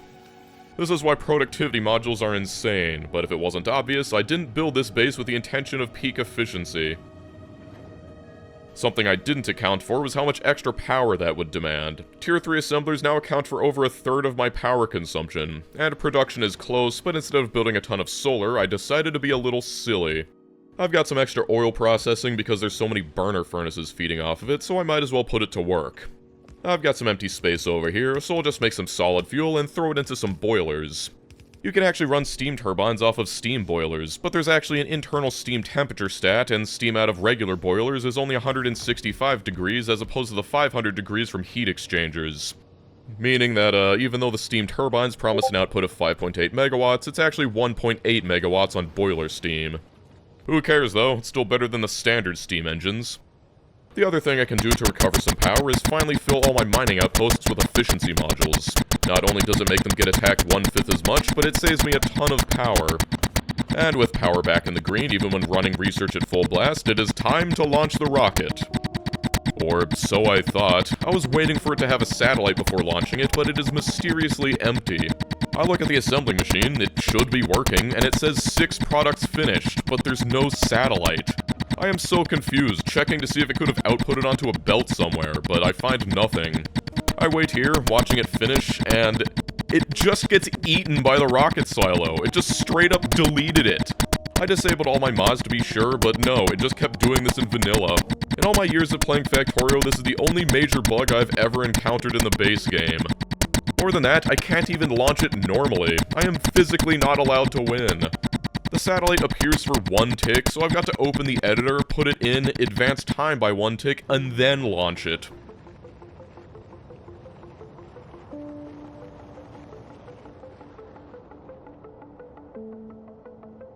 It goes up, and there's the victory. Then it suddenly hits me. You know what I've been missing this whole time? The cargo landing pad. I completely forgot that that was a thing. I even had the output of the space science set up to come out from the silo like it's 1.0. It's hard to break force of habit. Unfortunately, that leaves me with the dilemma of where to put the damn thing. But eventually I settle on evicting some of the solar panels down here and weaving it in through with some of the other belts. Originally, I was worried about leaving this space next to the silo for aesthetic reasons, but now I realize I was secretly a genius. Thanks to that, it all fits. Hopefully it doesn't feel like I'm dragging things out. This ending didn't really go as I'd planned. I actually deconstructed the silo and rebuilt it, and it seems to work normally now. I think something about inserting a satellite before there was a landing pad broke it somehow, but before I let this base loose, I go around adding Roboport coverage around the exterior. I did this whole thing without robots, but now if I want it to run autonomously, it's kind of important that the walls can be repaired. Also, I place landmines everywhere. I also set up another copper patch, another iron patch, and an oil patch. It's tedious, but I also set these up to have their own Roboports, and even though it's handy, it's enough to satisfy me. I've actually started taking big handfuls of landmines and throwing them into a provider chest, because as it turns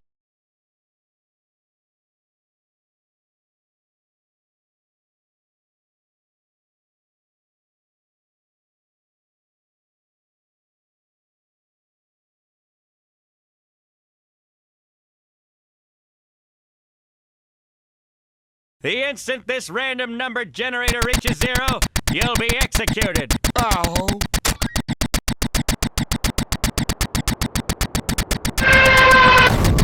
Factorio is a well-balanced game. It starts simple and slowly ramps up the complexity as you're rewarded with more powerful buildings and logistical solutions. The science packs themselves guide you towards smarter playstyles by teaching you to automate things like inserters, belts, rails, or robot frames. Yes, with over a decade of care and consideration put into the player experience, Factorio is quite balanced. So, let's ruin all that. It seems jumping into the void last video has scrambled reality a bit, because today I've got 2 mods, Recipe Randomizer and Property Randomizer.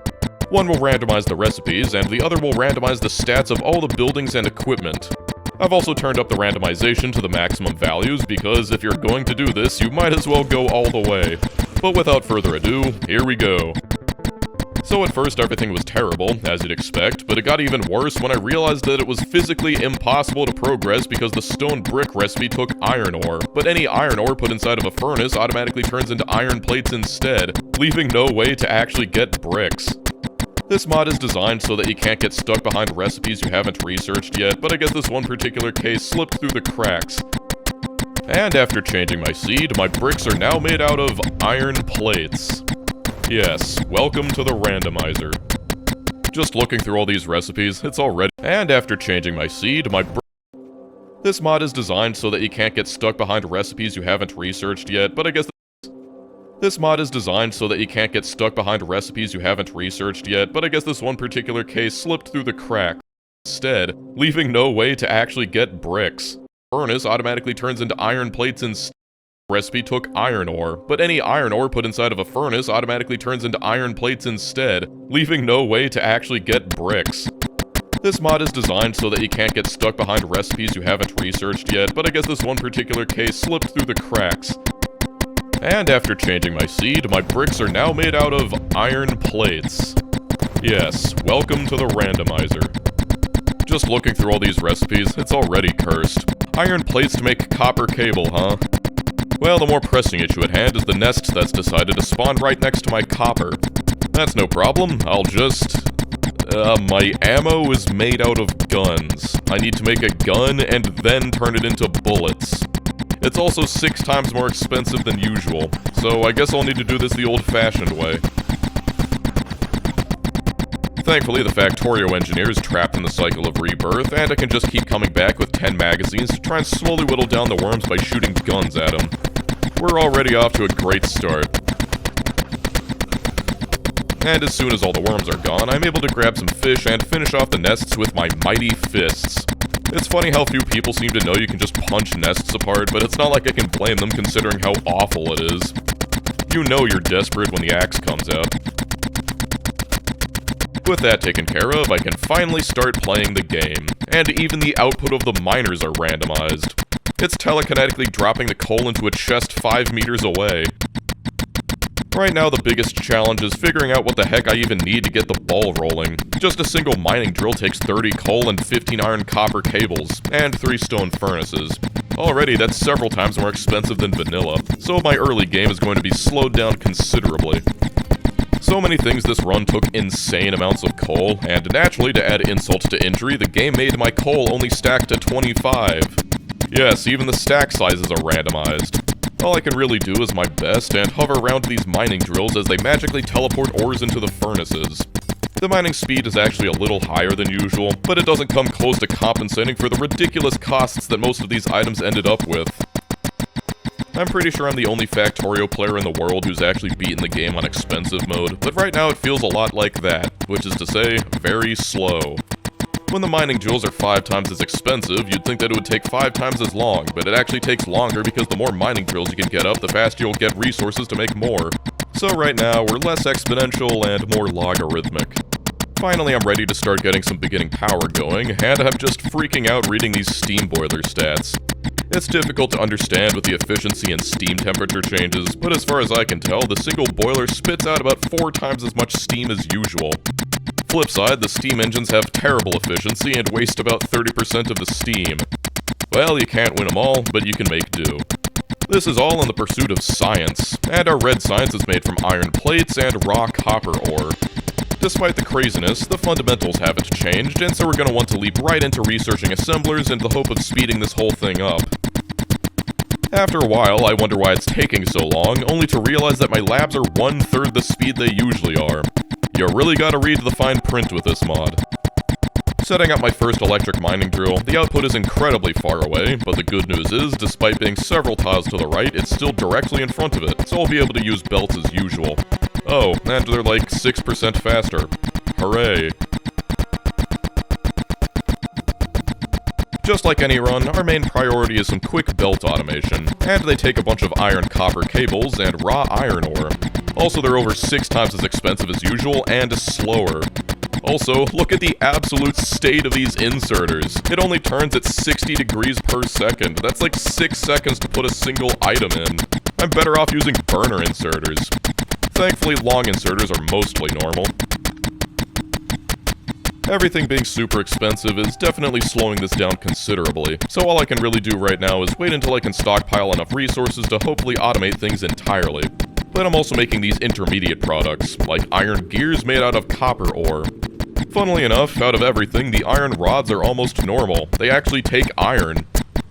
Usually you can get by with 1 lab, but they are super slow. Also, my tier 1 assemblers are crazy fast with a crafting speed of 1.9, so this is no problem at all.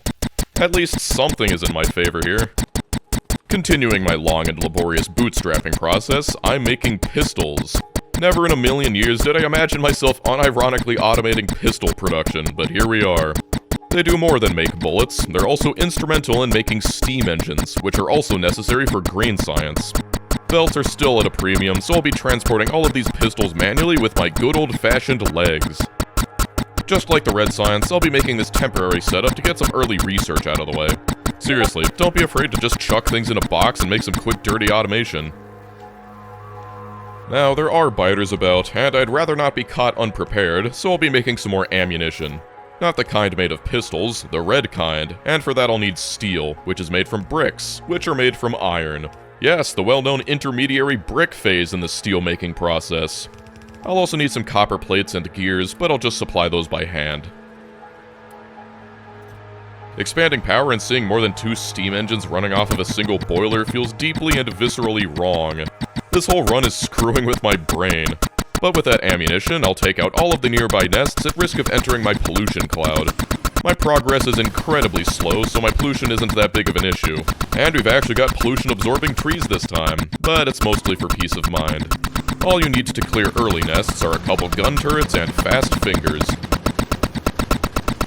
There we are, one less thing to worry about. Now I'm going to want to get some actual automation going, but I'm going to need to severely limit my ambitions. If you're wondering why I'm placing the copper ore on the belts with inserters, it's because the splitters take fast inserters, which I can't even make yet. Also, seeing as my yellow inserters are next to worthless, everything needs to be long inserters. We'll do the same thing with iron, but in the meantime, I actually managed to research the better inserters.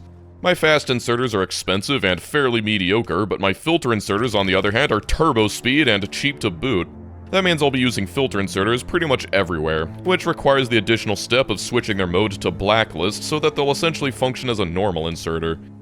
I'll also be making these circuits, which take stone and copper, and then trying to construct this rudimentary bus. This is also when I'm realizing that my underground belt length is 1, so now this cliff in front of me is an insurmountable obstacle. Time to go around it. Right now my main priority isn't automating science, it's automating all of the basic supplies I'll need. The recipes are several times more complicated with the randomizer, but that just makes automating them even more important. You might have noticed that it's taken me 3 hours just to get this far, and these recipes are precisely why. Also, the spaghetti this run was created by trained professionals. Do not attempt at home. Seriously, even if splitters weren't expensive and annoying to make, my undergrounds are too short to even go over a splitter, so this is the only way I can actually pull things off of the bus. I'll say one thing about this mod, it certainly inspires some unique problem solving. Well, that's assemblers and mining drills. Next I'll want real belt automation as well as filter inserters. As soon as you have inserters, belts, and assemblers automated, the game immediately opens up. And while I was building all that, our crappy science setup has managed to research red belts. I've been eyeing these things since the beginning because they're actually cheaper than yellow belts. Not only that, they're nearly as fast as blue belts. The undergrounds are painfully expensive, and I won't be able to make splitters until I research solar panels, but these will be invaluable. I've also automated some pipes. It feels really weird for the underground pipes to take something that isn't regular pipes to build, but that's this run in a nutshell.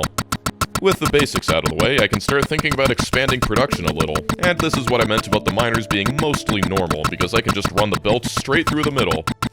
Now that I've got actual automation, this is much less painful, and pretty soon I've got another small furnace stack set up.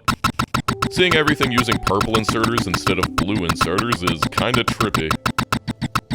It's about time I rebuilt the sciences, so here we go making pistols again to turn them into steam engines. I'll also need some iron rods and copper plates, which I'll move like so. Thankfully, with the red belts, I have access to undergrounds longer than 1, even if they are crazy expensive to make. Combine those with the pipes we made earlier, and that's our green science. Red science is still quite simple, and once again, taking things off the bus without splitters continues to be its own little challenge. Once that's done, I'll just bring it in like so, snaking right through this monstrosity. It doesn't need to be pretty, it just needs to get the job done, and now I can finally set up some proper labs. Again, these science packs are several times more expensive than usual, and these labs much slower, so don't be fooled when you see them all working like this. Our actual science production is still incredibly slow. Actual science requires actual power, and I was wondering why my engines weren't making as much as they should until I realized that they were starved for water because my offshore pumps only move 200 water per second instead of 1200. This mod is making me lose my mind. Well, with power expanded, we've got whatever this is. Look, I'd like to see you try. I've got a car now, so it's time for some more biter spring cleaning. As long as you can keep the nests outside of your pollution, you'll never need to bother building defenses, and at this level of evolution, they rarely expand. My car's health is like halved, so this is bound to happen. It is slightly faster than usual, however, so that's nice. I've still got tons of red and green research to churn through, so I'll be automating some more things like medium power poles, which take red science of all things, and rails as well as cargo wagons. I'd hoped to try and bring order to this chaos with locomotives, but my cargo wagons have half the capacity as usual, so that dream's on pause. You can't stop me from dreaming, though, and despite all that, I went ahead and put together all of the insane ingredients required to make the train stops and rail signals. Seriously, just look at all of this. I wonder at what point I need to just give up explaining what I need to craft things, because they just keep getting exponentially more complicated. Well, my starter iron patch is finally dying, so it's time to get some more. Also, my medium power poles have a reach of like 25. Setting up trains is way more hassle than it's worth right now, and once again I'd like to say how great it is that these belts are so cheap and so fast, cause now I can just do this. Also, I never actually automated power production and was just hand-feeding coal this entire time, so I'll make some actual permanent power over here by this coal patch. I'm making this to be very expandable, and you want to know why? It's because I looked ahead and happened to realize that this is the best source of power I'll ever get. Here's my recipe for nuclear reactors. 25,000 lumps of coal to make a single reactor. Must be German nuclear power. If that was all, it would be fine, but no, look at the other stat. Must be German nuclear. 5,000 lumps of coal.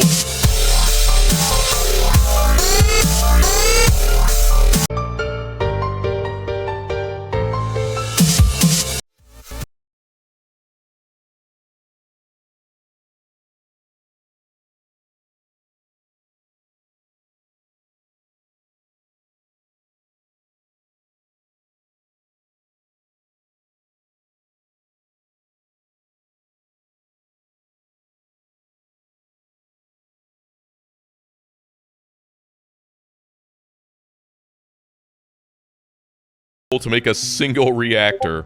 Must be German nuclear power.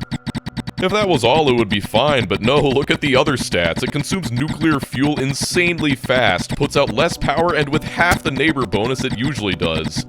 That would all still be doable, but to really put the nail in the coffin, here's what it takes to make nuclear fuel cells. You know, usually you turn uranium into weapons, not the other way around. Yeah, so that's not happening, so I guess I'd better get comfortable with burning coal. Here's one upside, my steel furnaces are insanely fast, crafting 4 times as fast as usual. That's almost on par with fully beaconed electric furnaces in the endgame. Except they can't use productivity modules, which is a pretty big downside. Speaking of electric furnaces, what are their stats? 12 times slower than steel furnaces and 4 times the energy cost. Well, I guess I won't be using those either. I'm starting to sense a pattern here. Now I've been focusing on slowly researching all of the prerequisites for chemical science. And it's funny because none of these things are actually used to make it, but I still gotta research them. I was dreading setting up oil processing, but then I remembered something. We're living in the clown universe. And so I decided to actually check the ingredients I'll need for chemical science. Sure enough, there is no oil involved whatsoever. There's been a lot of messed up things this run, but this feels so wrong. As you can imagine, it'll take tons of stone to make all those repair kits, which is why I've set up another stone mine. Also, these power poles are an absolute mess. I think there's a reason why power poles usually don't have a wire range 4 times longer than their supply area. Once again, we're bringing it all in with belts. And here we are. These repair kits are the key to everything. Not only are they used in these crappy yellow inserters, but they're also used in making refined hazard concrete. I know it doesn't need to be said anymore, but making refined hazard concrete without making refined concrete first, it's strange. The last ingredient is constant combinators, and those are made out of iron and yellow underground belts, which are made out of burner inserters. Trying to trace backwards through all these insane recipes is more of a challenge than anything else, and it just keeps getting worse. Is this what being a beginner feels like? None of the recipes make sense, I'm always starved for resources. Yeah. If you ever want to recapture the feeling of playing Factorio for the first time, I genuinely recommend this mod. The chemical science has an insanely long crafting time, but even so, I think this number of assemblers was a little ambitious. Regardless, we've got chemical science. Obviously, the main thing I'm interested in is bots, but that'll take quite a while to get there, so in the meantime, I'll be making military science. It's actually quite easy, because the only thing I need to make is red wires. Everything else is already on site. And since I don't need to mass produce this stuff, just a little production is fine. Trying to extract items from the middle of a spaghetti mess is always fun. And I don't care at all anymore, so I'll be running a belt all the way around. The main reason for military science is the tank. Slapping down gun turrets just doesn't cut it anymore, and keeping biters out of my pollution cloud is becoming harder and harder.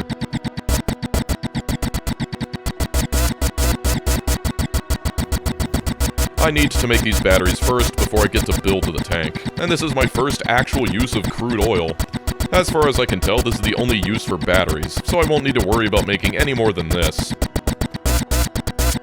With that, I've got the tank, and I can finally take out all those pesky biters. I'll just drive there, and, okay, tanks are slow, but I'm pretty sure they're not usually this slow.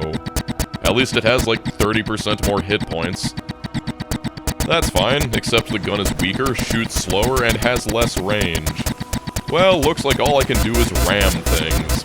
I'd like to use explosive cannons, but again, everything is insanely expensive. I'd need all of this to fire one shell. If I had that kind of production, I'm not sure the pollution it created would even be worth the biters it could blow up. The flamethrower seems more powerful, but that's a close-ranged weapon, and as slow as this tank is, I feel like I'd get spittered to death before I even made it to the nests. So yeah, the tank, our sole means of biter management in the mid-game, is pretty much a bust. I can ram into things right now, but the moment big biters appear, it's over. Well, the good news is I've taken out enough fighters to be safe for now, and so it's back to work. You might wonder why I'm researching uranium processing, despite resolving to never touch nuclear power, and that's because to make construction robots, I'm gonna need some unenriched uranium. To that purpose, I'm also making all of the things I'll need to make the centrifuge. I've got these shotgun shells made from furnaces that I originally built to make engine units, thinking I'd actually get to make cannon shells out of them. I've also got power switches, which is the most useful they will ever be. Then I went ahead and put in all of the effort to automate pump jacks so I could try and automate locomotives, but I don't want to talk about it, alright? Compared to iron and coal, copper is barely used, so only now is our starter patch drying up. So once again, it's time to make another mine. I've started using wooden power poles instead, because unlike the medium poles, they don't turn into a spider web of wires everywhere. Red splitters are still at a premium, but saturating belts like this is good enough. Now to bring it all the way to the base. I didn't need to make this all diagonal, but it's not like I can blow up cliffs, seeing as my cliff explosives take heat pipes, which I can't get unless I research the incredibly expensive and incredibly useless nuclear power technology. Also, copper ore only stacks to 20, so my inventory filled instantly, but leaving all of this garbage on the floor feels kind of in the spirit of this run. With the pollution from that new mine, there's a couple more nests I need to take care of. And now that I'm looking at it, this game is definitely taunting me because unlike my tank, my car's machine gun is super powered. It's a shame the damn thing's made out of paper, so using it in combat is pretty much impossible. Such is life in the randomized universe. As mentioned before, our iron demand is several times bigger than any other resource, so even this crappy temporary setup is going to need another iron mine if I want any hope of getting through all this chemical science research. So here's another massive line of belts. Hey, if it works, it works. And one thing that's nice is that 16 furnaces is all I'll need to saturate an entire belt of iron plates. It's terrifying how quickly the brain can adapt, because these purple inserters are starting to look normal here. We'll just plug that whole thing into the line with this splitter, and it's good enough. Okay, since I've got an extra belt of coal that I ran off of the mine supplying all of our power, I'll do what I should have done ages ago and finally automate red undergrounds and red splitters. The undergrounds are actually pretty easy, they just take tons of coal, but the splitters are the worst. Fast inserters and solar panels. The stone bricks are the easiest, but it's just so bizarre seeing these random furnaces in the middle of my spaghetti. And that's not even to mention that I'm turning iron into bricks. The solar panels take gun turrets, yellow splitters, and pistols. It always comes back to those damn pistols, doesn't it? The gun turrets take magazines, which are also made from pistols. But the good news is, I've got these yellow splitters nearby that I already made for the centrifuges. Put all that together, and I'm finally free from handcrafting these things. Alright, we're almost there. Now I need to actually mine the uranium. And just like everything else, to make sulfuric acid, I'll apparently need to mix some pistols with water and copper. Forget the pistols, it's actually insane that the sulfuric acid doesn't require any petrochemicals at all. Just add water. Anyway, put that in there, and I can finally get some uranium. I'm so used to rushing bots that I completely forgot to check the recipe for roboports. And sure enough, they're locked behind purple science. Well, I'll be fine without roboports for a while. I'll just need to make some power armor, which takes 300 boilers. The ingredients to my personal equipment is so deranged, I'm pretty much forced to handcraft everything. The good news is, I've got 300% crafting speed, at least until it re-rolls in 30 minutes. I'll need these rockets as well, but I've got more plans for them. They're pretty easy to make, just taking power switches, raw uranium, and solid fuel, which I can make straight from crude oil. These rockets are the only thing I've got that can actually kill biters at reasonable costs. Anyway, after much effort, I've finally got it. My power armor, personal roboports, and solar panels. Some of you who don't play Factorio might be wondering if construction bots are worth all the effort, but they allow you to build things automatically by just placing...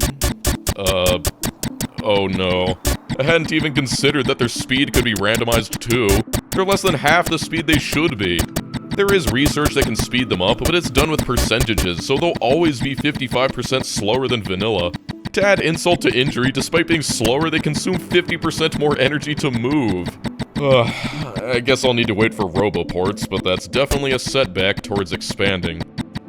Here's automated chemical plants. Seeing as I'm stuck with steel furnaces and solid fuel comes easy from crude oil, I was thinking I'd be able to solve the reduced cargo size of wagons and terrible stack size of copper by smelting everything on site and then moving it by train. Coal stacks terribly as well, but if I just moved around crude oil instead, it would be much more convenient for fueling the smelting outposts. I've been dreaming of using trains, but even after researching all of the speed upgrades available without yellow signs, these bots are completely worthless. It's faster to just do it myself, so that's what I start doing. By the way, these rails aren't cheap either, but if you want to expand, this is a must. One thing you miss without bots is the ability to simply paste things over forests.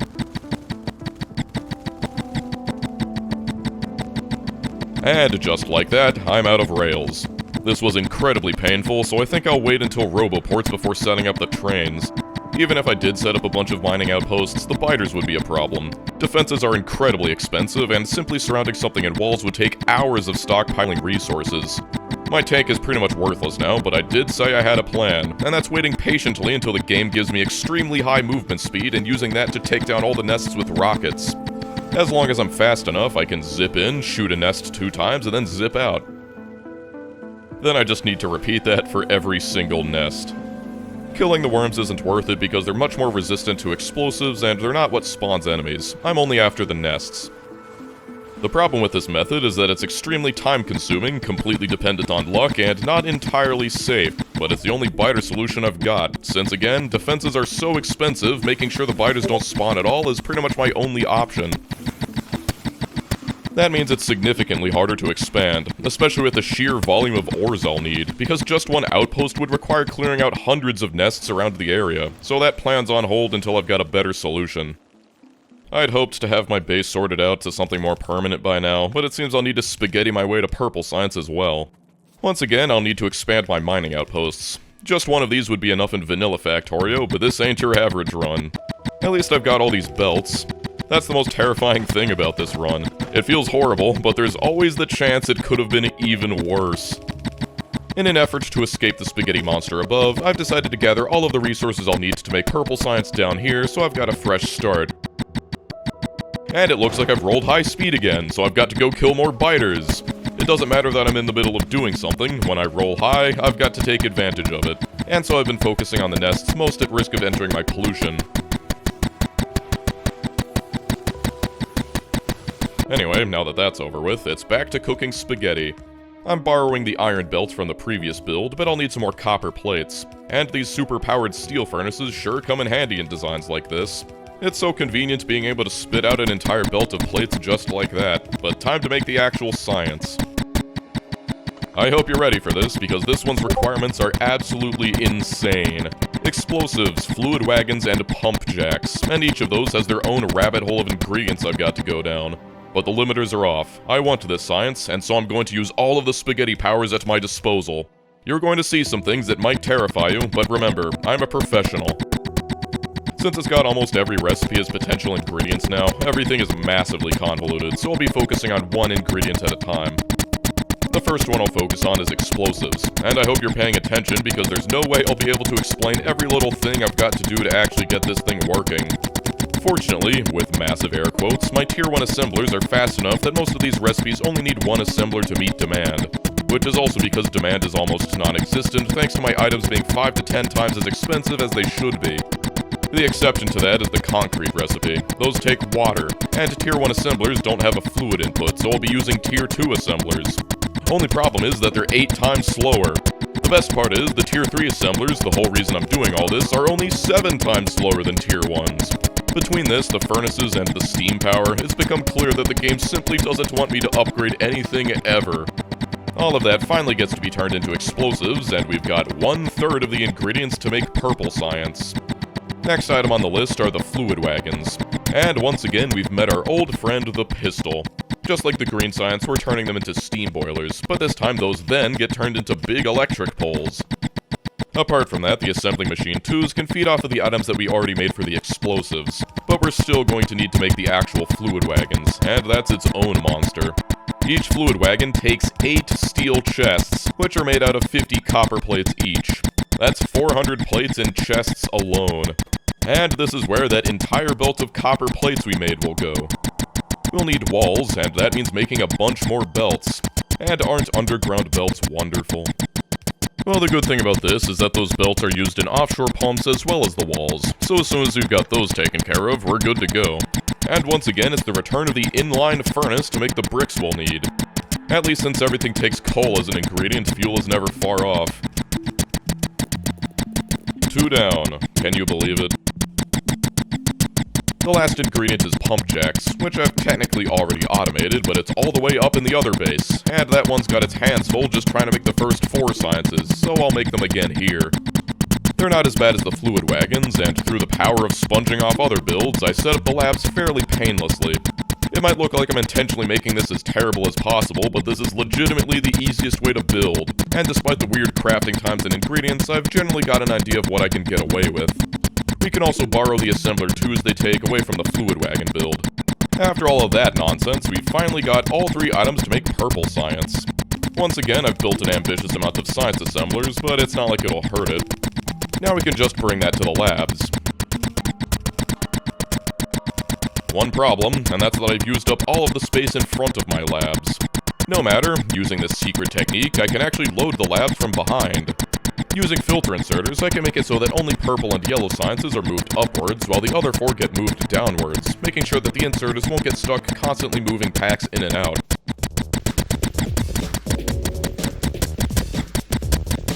I'd like you to appreciate this mess. It's absolutely beautiful. Yes, it's slow, but that's more because it takes an entire small country's worth of resources to make, rather than an issue with its design. The important thing is, we've got purple science, and finally access to the research that will get us roboports. For once, the recipe for assembling machine 3s is easy. I've already got the steel furnaces automated, and so I'll just need to make the sulfur, which simply takes water and crude oil. Definitely not a lot of oil processing this run. So many beginners say they were filtered by oil, so maybe this mod's for you. To make the roboports, we'll also need solar panels, but I'm just gonna steal those from the splitter build for now. Also, shout out to this gear setup, because this is genuinely the easiest way to get copper ore over there, and I still don't have cliff explosives. There it is, our first roboport. And as long as I've got a large enough network, it won't really matter that the bots are... Are you kidding me? Okay, once again, the possibility that the coverage was randomized to hadn't ever crossed my mind. The logistics network is 18 by 18. That's 87% smaller than it should be. Yeah, the construction area is only a little smaller, but the only way to connect robot networks is to make the logistics area overlap. I'd need a roboport every 18 tiles, and these things aren't cheap. Up until now, I've been rolling with the punches, but this is my breaking point. My plan was to use trains to disentangle the spaghetti nightmare and to make an expandable base despite the chaos. But after the terrible tank being effectively locked to tier 1 buildings and the slow-ass bots, it's over. The spaghetti has won. You should know that I'm usually not one to shy away from going above and beyond, but at this point, I think simply launching a rocket will be achievement enough. Plot twist, the starter base was actually the real base the entire time. I've immediately switched gears and now I'm going straight for yellow science, but if needing an entire new set of mines just for purple science didn't clue you in, I'm gonna need a ton more iron for this as well.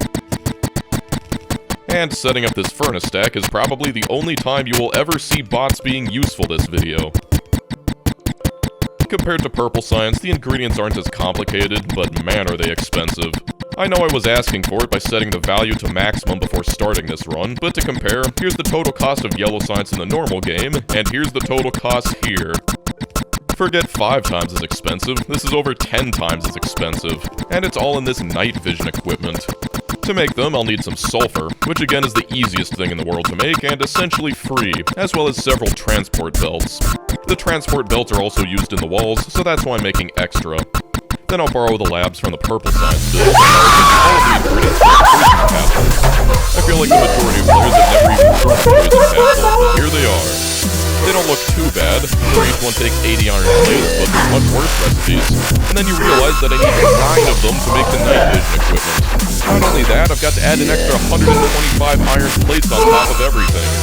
So yeah, we'll be using all of that iron I just set up. At least the rest is easy, because to make the explosive rockets, I'll just need some stone and constant combinators, and I'll just steal those from the previous build. You know something's wrong when the fact that it takes 300 coal is seen as a relief. Anyway, throw them all together.